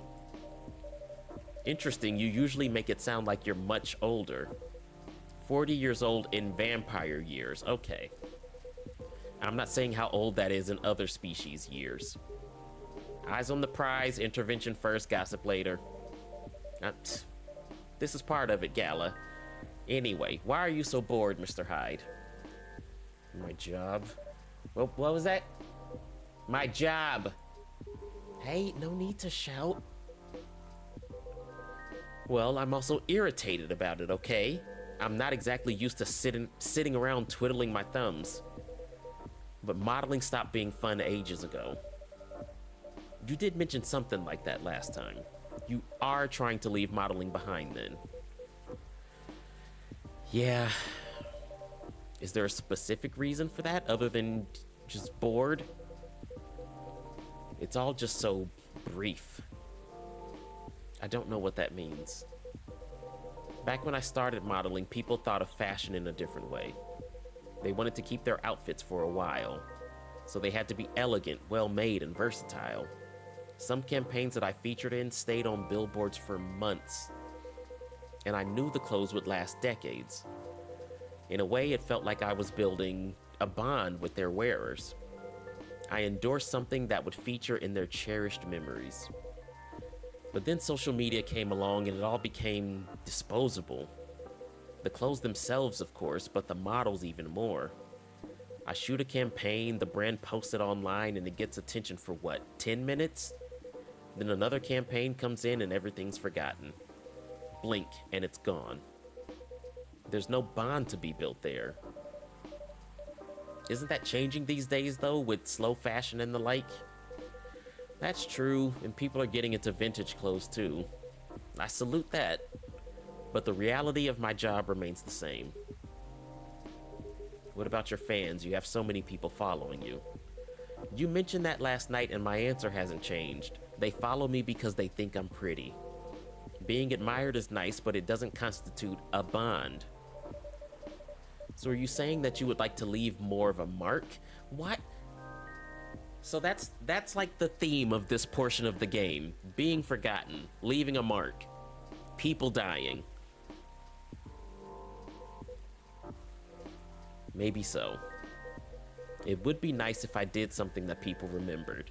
You and Lucas, that became part of their lives in a real way.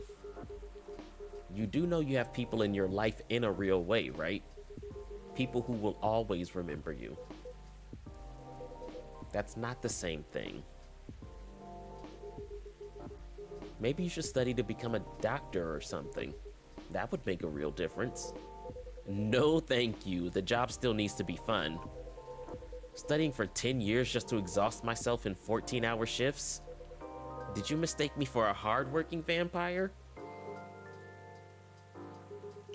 Do you see what I'm dealing with, Shambles? It does seem to be a thorny issue. Perhaps you'd like to mull it over with a drink. Just make me something I like. Anything you've seen me enjoy recently or when we first met. Oh, coming right up, Your Highness. How about a coffee ginger?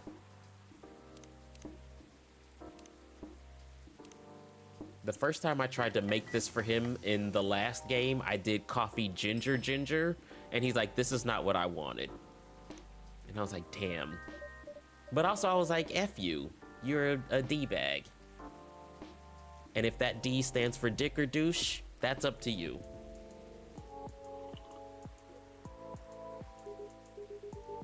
Nice, and you lost your bet. What bet? Hyde was wallowing in self-pity. I told him that many people cared about him, and I bet you could remember what he liked even if he gave you no instructions.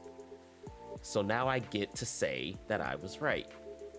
And Hyde gets to buy me dinner. I should get the dinner. I should get the dinner at a place of my choosing. If you don't invite me, then you're not allowed to come back here. You're gonna pick that horrible steakhouse again, aren't you? Have you won other bets in the past, Mr. Gala? Let's see. You say it, Hyde. He's won every single one of the bets we've ever made. What was that? I couldn't quite. All of them? I'm this close to being able to buy a new TV with the money I'm saving on food. Just rub it in my face, why don't you? All right, who's that?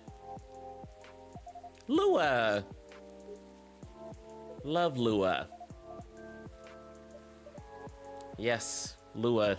2 people does constitute a busy night for me. I wish everyone would stop pointing it out.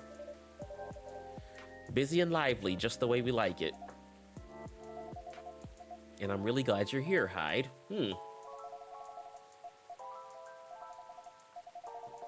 Oh, the theme of this segment is also apologizing for the things we said last time. I was so excited to see you, especially since it had been a while, but we ended up fighting with Bailey's instead. You must be getting bored of our arguments. It's all right, they're kind of fun to watch. What? How are things with you two, by the way? Yes, how's the wedding planning? Just let me order before I answer, okay. Sure, yeah. I mean, I just, you know, clicked away from the website that had the drinks on it, but yeah, you can go ahead and order now. That's not a problem for me. Sore throat, lemon and honey. All right, 1 chocolate, lemon, and honey. Brew.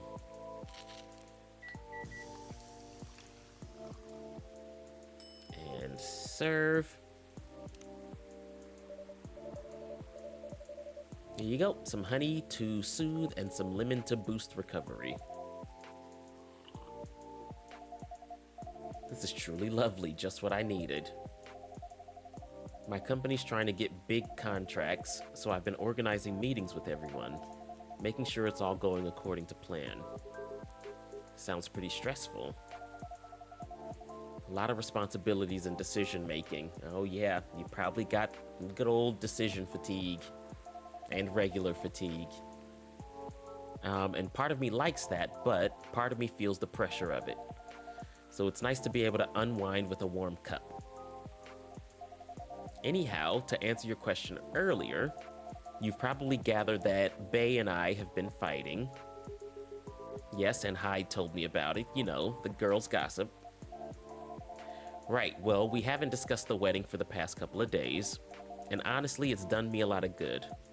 The thing is, I know Bae means well. He suggests all these things he thinks I'd like, and I should like them. He's paying attention, not just sending random ideas. I should be grateful that he's trying to please me. But I get annoyed instead. And then I start feeling guilty that I'm annoyed, which makes me even more annoyed. It's not great, I know. Well, it'd be easier if we always acted rationally. If we only got annoyed at the right people for the right reasons, but things aren't that simple, are they? Although I guess if you figured out what actually annoys you, it would help. That's the problem. I'm not sure. So this is the part where you start talking about it. If you just start talking about it, you might get somewhere. At first I thought I was tired or worried. The decision making at my job is taking a toll for sure. It's a bit hard for me to also deal with organizing things in my personal life. Also, the financial side of it is hard to navigate. I don't want Bae to spend too much money, but he's right that involving my family comes with strings attached. I'm not sure how to avoid that though. But I'm realizing that might not even be the main issue. The more he sends me links to venues and caterers, the more it all feels wrong to me. I don't mean the wedding itself. I want to be married to Bae. But the way we're planning it, I don't know. I've been to my friends' weddings before. I've also been browsing the most popular wedding pictures online. There are always these big parties, very put together, very classy. They have their whole families over, their friends and colleagues. They rent these beautiful barns and they hire live bands. They wear designer dresses and bespoke suits. I used to look at all of that and think, this is great. This is what I want. But now it just all feels more and more off to me. Why don't you tell your fiance that? What if he thinks I'm getting cold feet? Or that I'm questioning his ability to help with the budget? That's up to you how you communicate it, isn't it? Right, but it's still a difficult topic. We've been through so much, you all know that. This is supposed to be our special day, a way to celebrate our partnership. Bae wants to honor that. He'll feel awful if he thinks I don't. Or if he thinks I don't trust him. I swear, you and your elf are well matched. You always worry so much about what others think, instead of working out your own wants and needs. You do realize that's the important bit, right? I mean, generally, yes, I get that, but how does it apply here? What do you think it means to honor your partnership? To celebrate it properly, for starters. Right. And who are you in that partnership with? I believe you met him, the blonde guy with the puppy eyes. Right, I'm glad you remember that, because you were making it sound like you were in a partnership with your friends who got married and the strangers who put wedding pictures online. Again, Hyde, the message is good, the delivery is whack. This is your relationship you're celebrating. Why are you so concerned with other people's weddings? Your special day needs to make sense to the two of you. Have it in trainers at a fast food joint if that's what you like. That way you can also take the budget out of the equation. A simpler wedding won't feel shabby if you make it feel properly yours. Okay, see, the beginning part was good and the end part was good, but that part in the middle where you got a little snippy, you just want to hit not Control Alt Delete. You just want to just backspace the hell out of that middle part and combine the good front part and the good back part. You just want to human centipede those two parts together.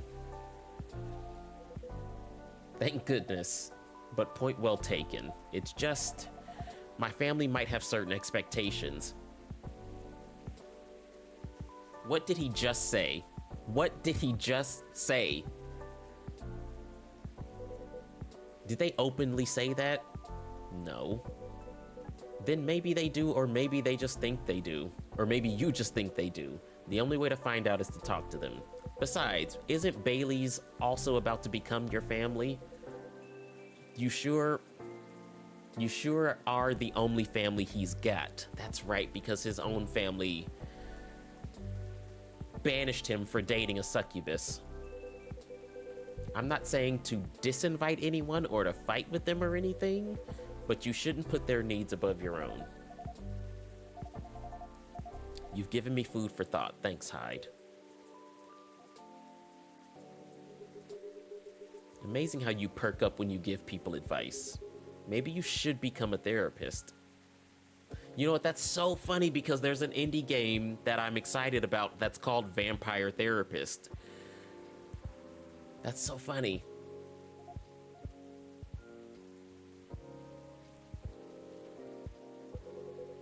Thanks for the vote of confidence. I did say I might become a couples counselor, but I agree with you on what you all implied. I don't think I'm quite tactful enough for that. I agree, but you can learn. I also had to learn to be a bit more tactful. Are you looking to change careers? Yes. The answer is yes. He's bored of modeling, finds it too impermanent, and wants to leave a mark. And wants to have fun. Just a very quick summary. Is there any way you could make modeling fun again? Don't think so. Last time I had proper fun was maybe 20 years ago.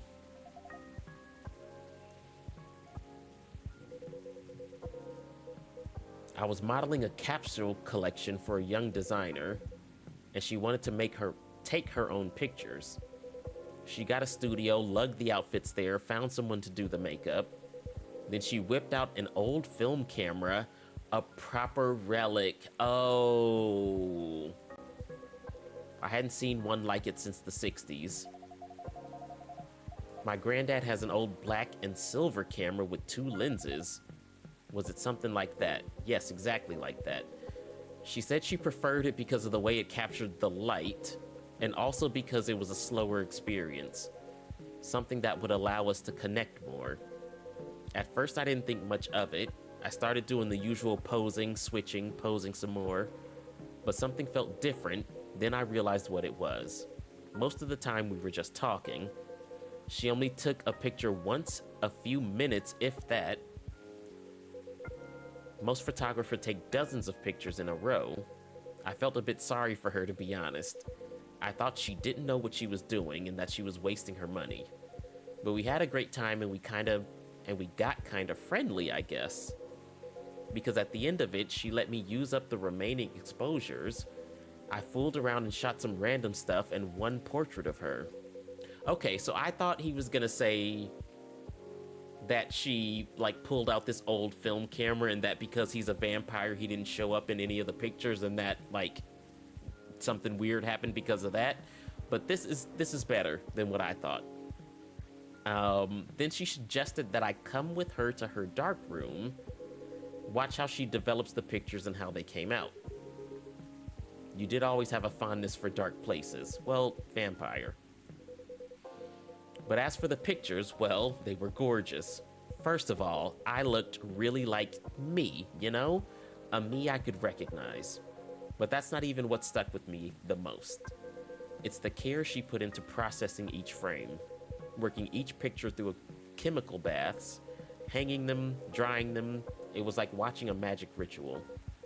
And her portrait, when she saw it, she got a bit emotional. She said she was used to being on the other side of the camera, and it was the first time she really liked a portrait someone took of her.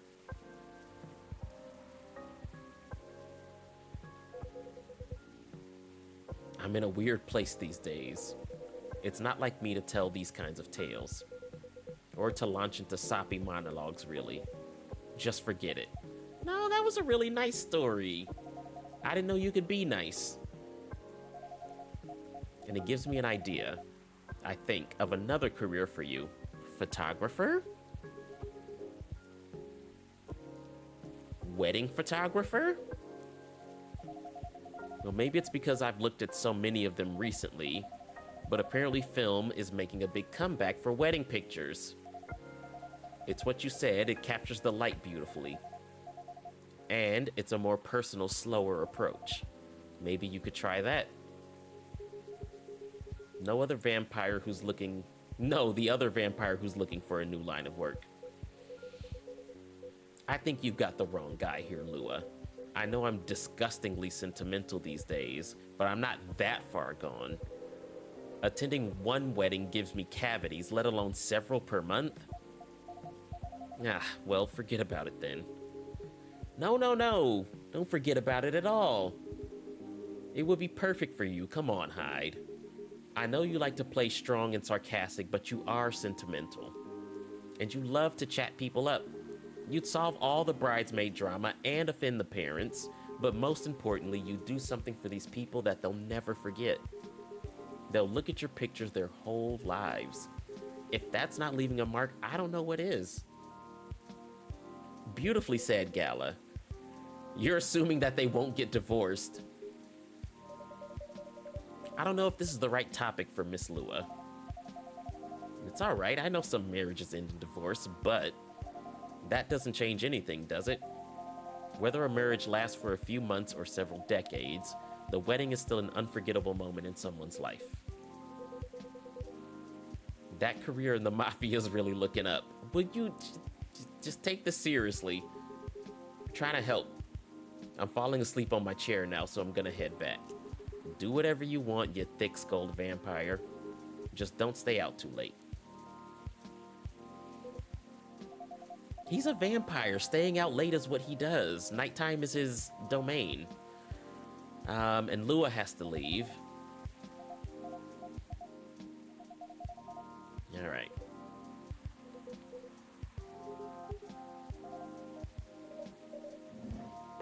Okay, they're gone. Here we go again. Last one sitting.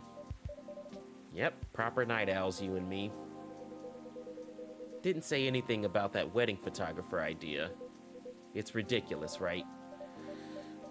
That's not for me to say, but I wouldn't call it ridiculous. It sounds like you enjoyed the whole film photography experience. And you do like being around people, don't you? Don't lie. I do sometimes, but I'm not a romantic. People get married, they think they're taking a first step into forever. Well, there's no such thing as forever. Everyone ends up disappointed in some way, and then, next thing you know, I don't want to sound too depressing. Thank God, because this whole stream has been depressing. Everyone's been depressing. But I think you should do it. So you don't believe in love. Do you believe in life after love? But only in a certain kind. You can choose to keep supporting someone to enjoy their company. You can do that for years with friends, family, and lovers. But at the end of the day, you're still you, a separate person. And they're still them. There's no souls becoming one, not really. I know. The one time I tried, it really didn't work out. You only have one experience to speak of, and you're saying it doesn't work? People try food that they don't like more times than that.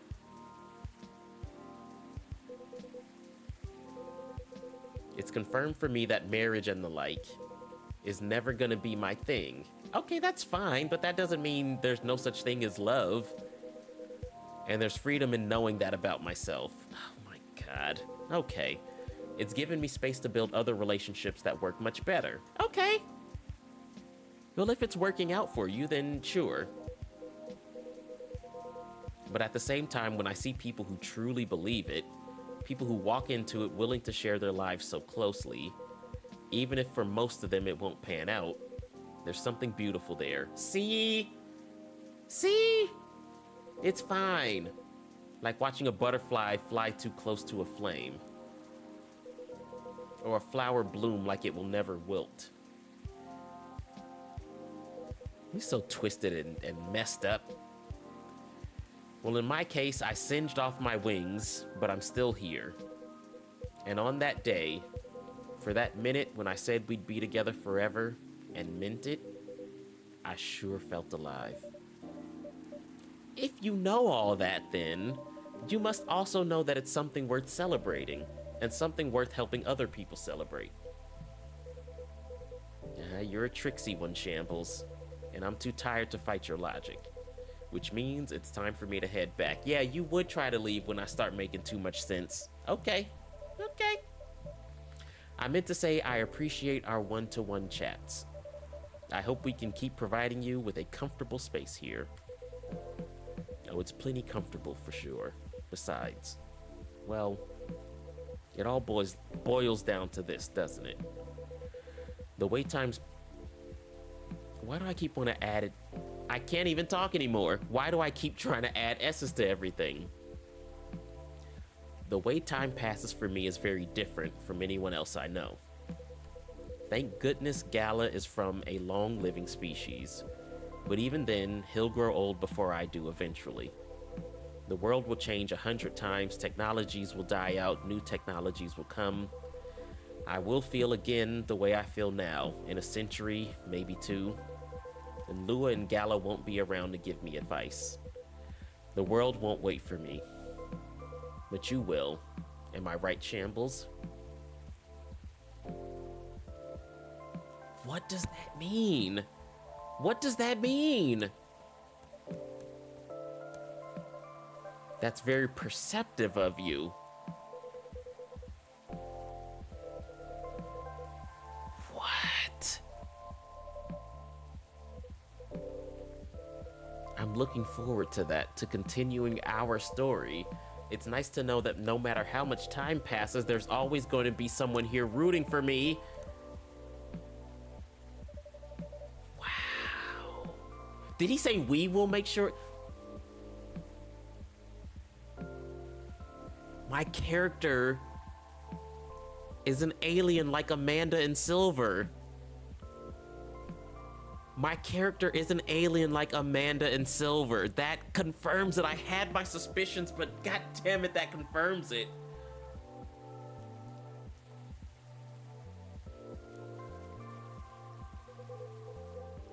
Oh my god. Yes, Hyde's gonna do the wedding photography thing. Oh my god.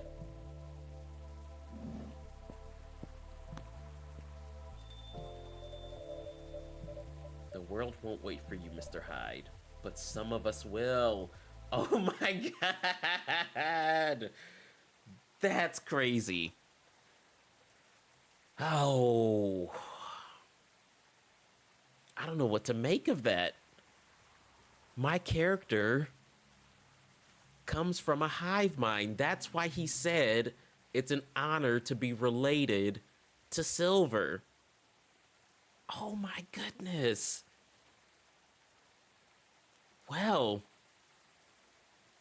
I am very sorry that we have to leave it there for now, because that's a revelation. But we're gonna have to wait until Saturday to find out what's going on. So the next stream will be Saturday morning, 11 a.m. PST. That is West Coast time for the United States of America. We'll be playing more Coffee Talk, and Oh my God, I can hardly get over what we just learned. Um, Follow me on Twitter and subscribe to my YouTube channel. That's where all the live streams live. If you want to see me playing more indie games and more RPGs, the YouTube is where they all are. Also, we are still at the beginning of the spring schedule. I'm looking down at the floor right now because I wrote on a post-it all of the games we're gonna play for the spring, and it fell on the floor. But I can see it. So right now, we are working our way through Coffee Talk Episode 2, Hibiscus and Butterfly. After that, we will be playing a turn based RPG called Small Saga, where you play as a mouse. After that, we are going to be playing a 3D platformer called Super Adventure Hand, where you are just a spidery hand crawling around. After that, we're going to be playing El Paso Elsewhere, which is a Max Payne style, like vampire hunting game. And then we're starting a brand new big old 100+ hour RPG on the channel. That's right. It is Final Fantasy VII Rebirth. I can't wait to get to that. Man, I can't wait to get to that. I played a remake earlier this year, actually. Finished the whole thing and the Yuffie DLC, so I'm excited to just dive back into that world and see what the hell is going on, see what Sephiroth is doing. But yeah, that's going to do it for me tonight. Thank you all for being here. For my sister over in the YouTube chat, and of course, Ari, the Dar, and WXLLZZ, thank you all for coming through. Anybody who was lurking and anybody who's catching this on the VOD, thank you as well. And enjoy the rest of your evening. I will see you on Saturday.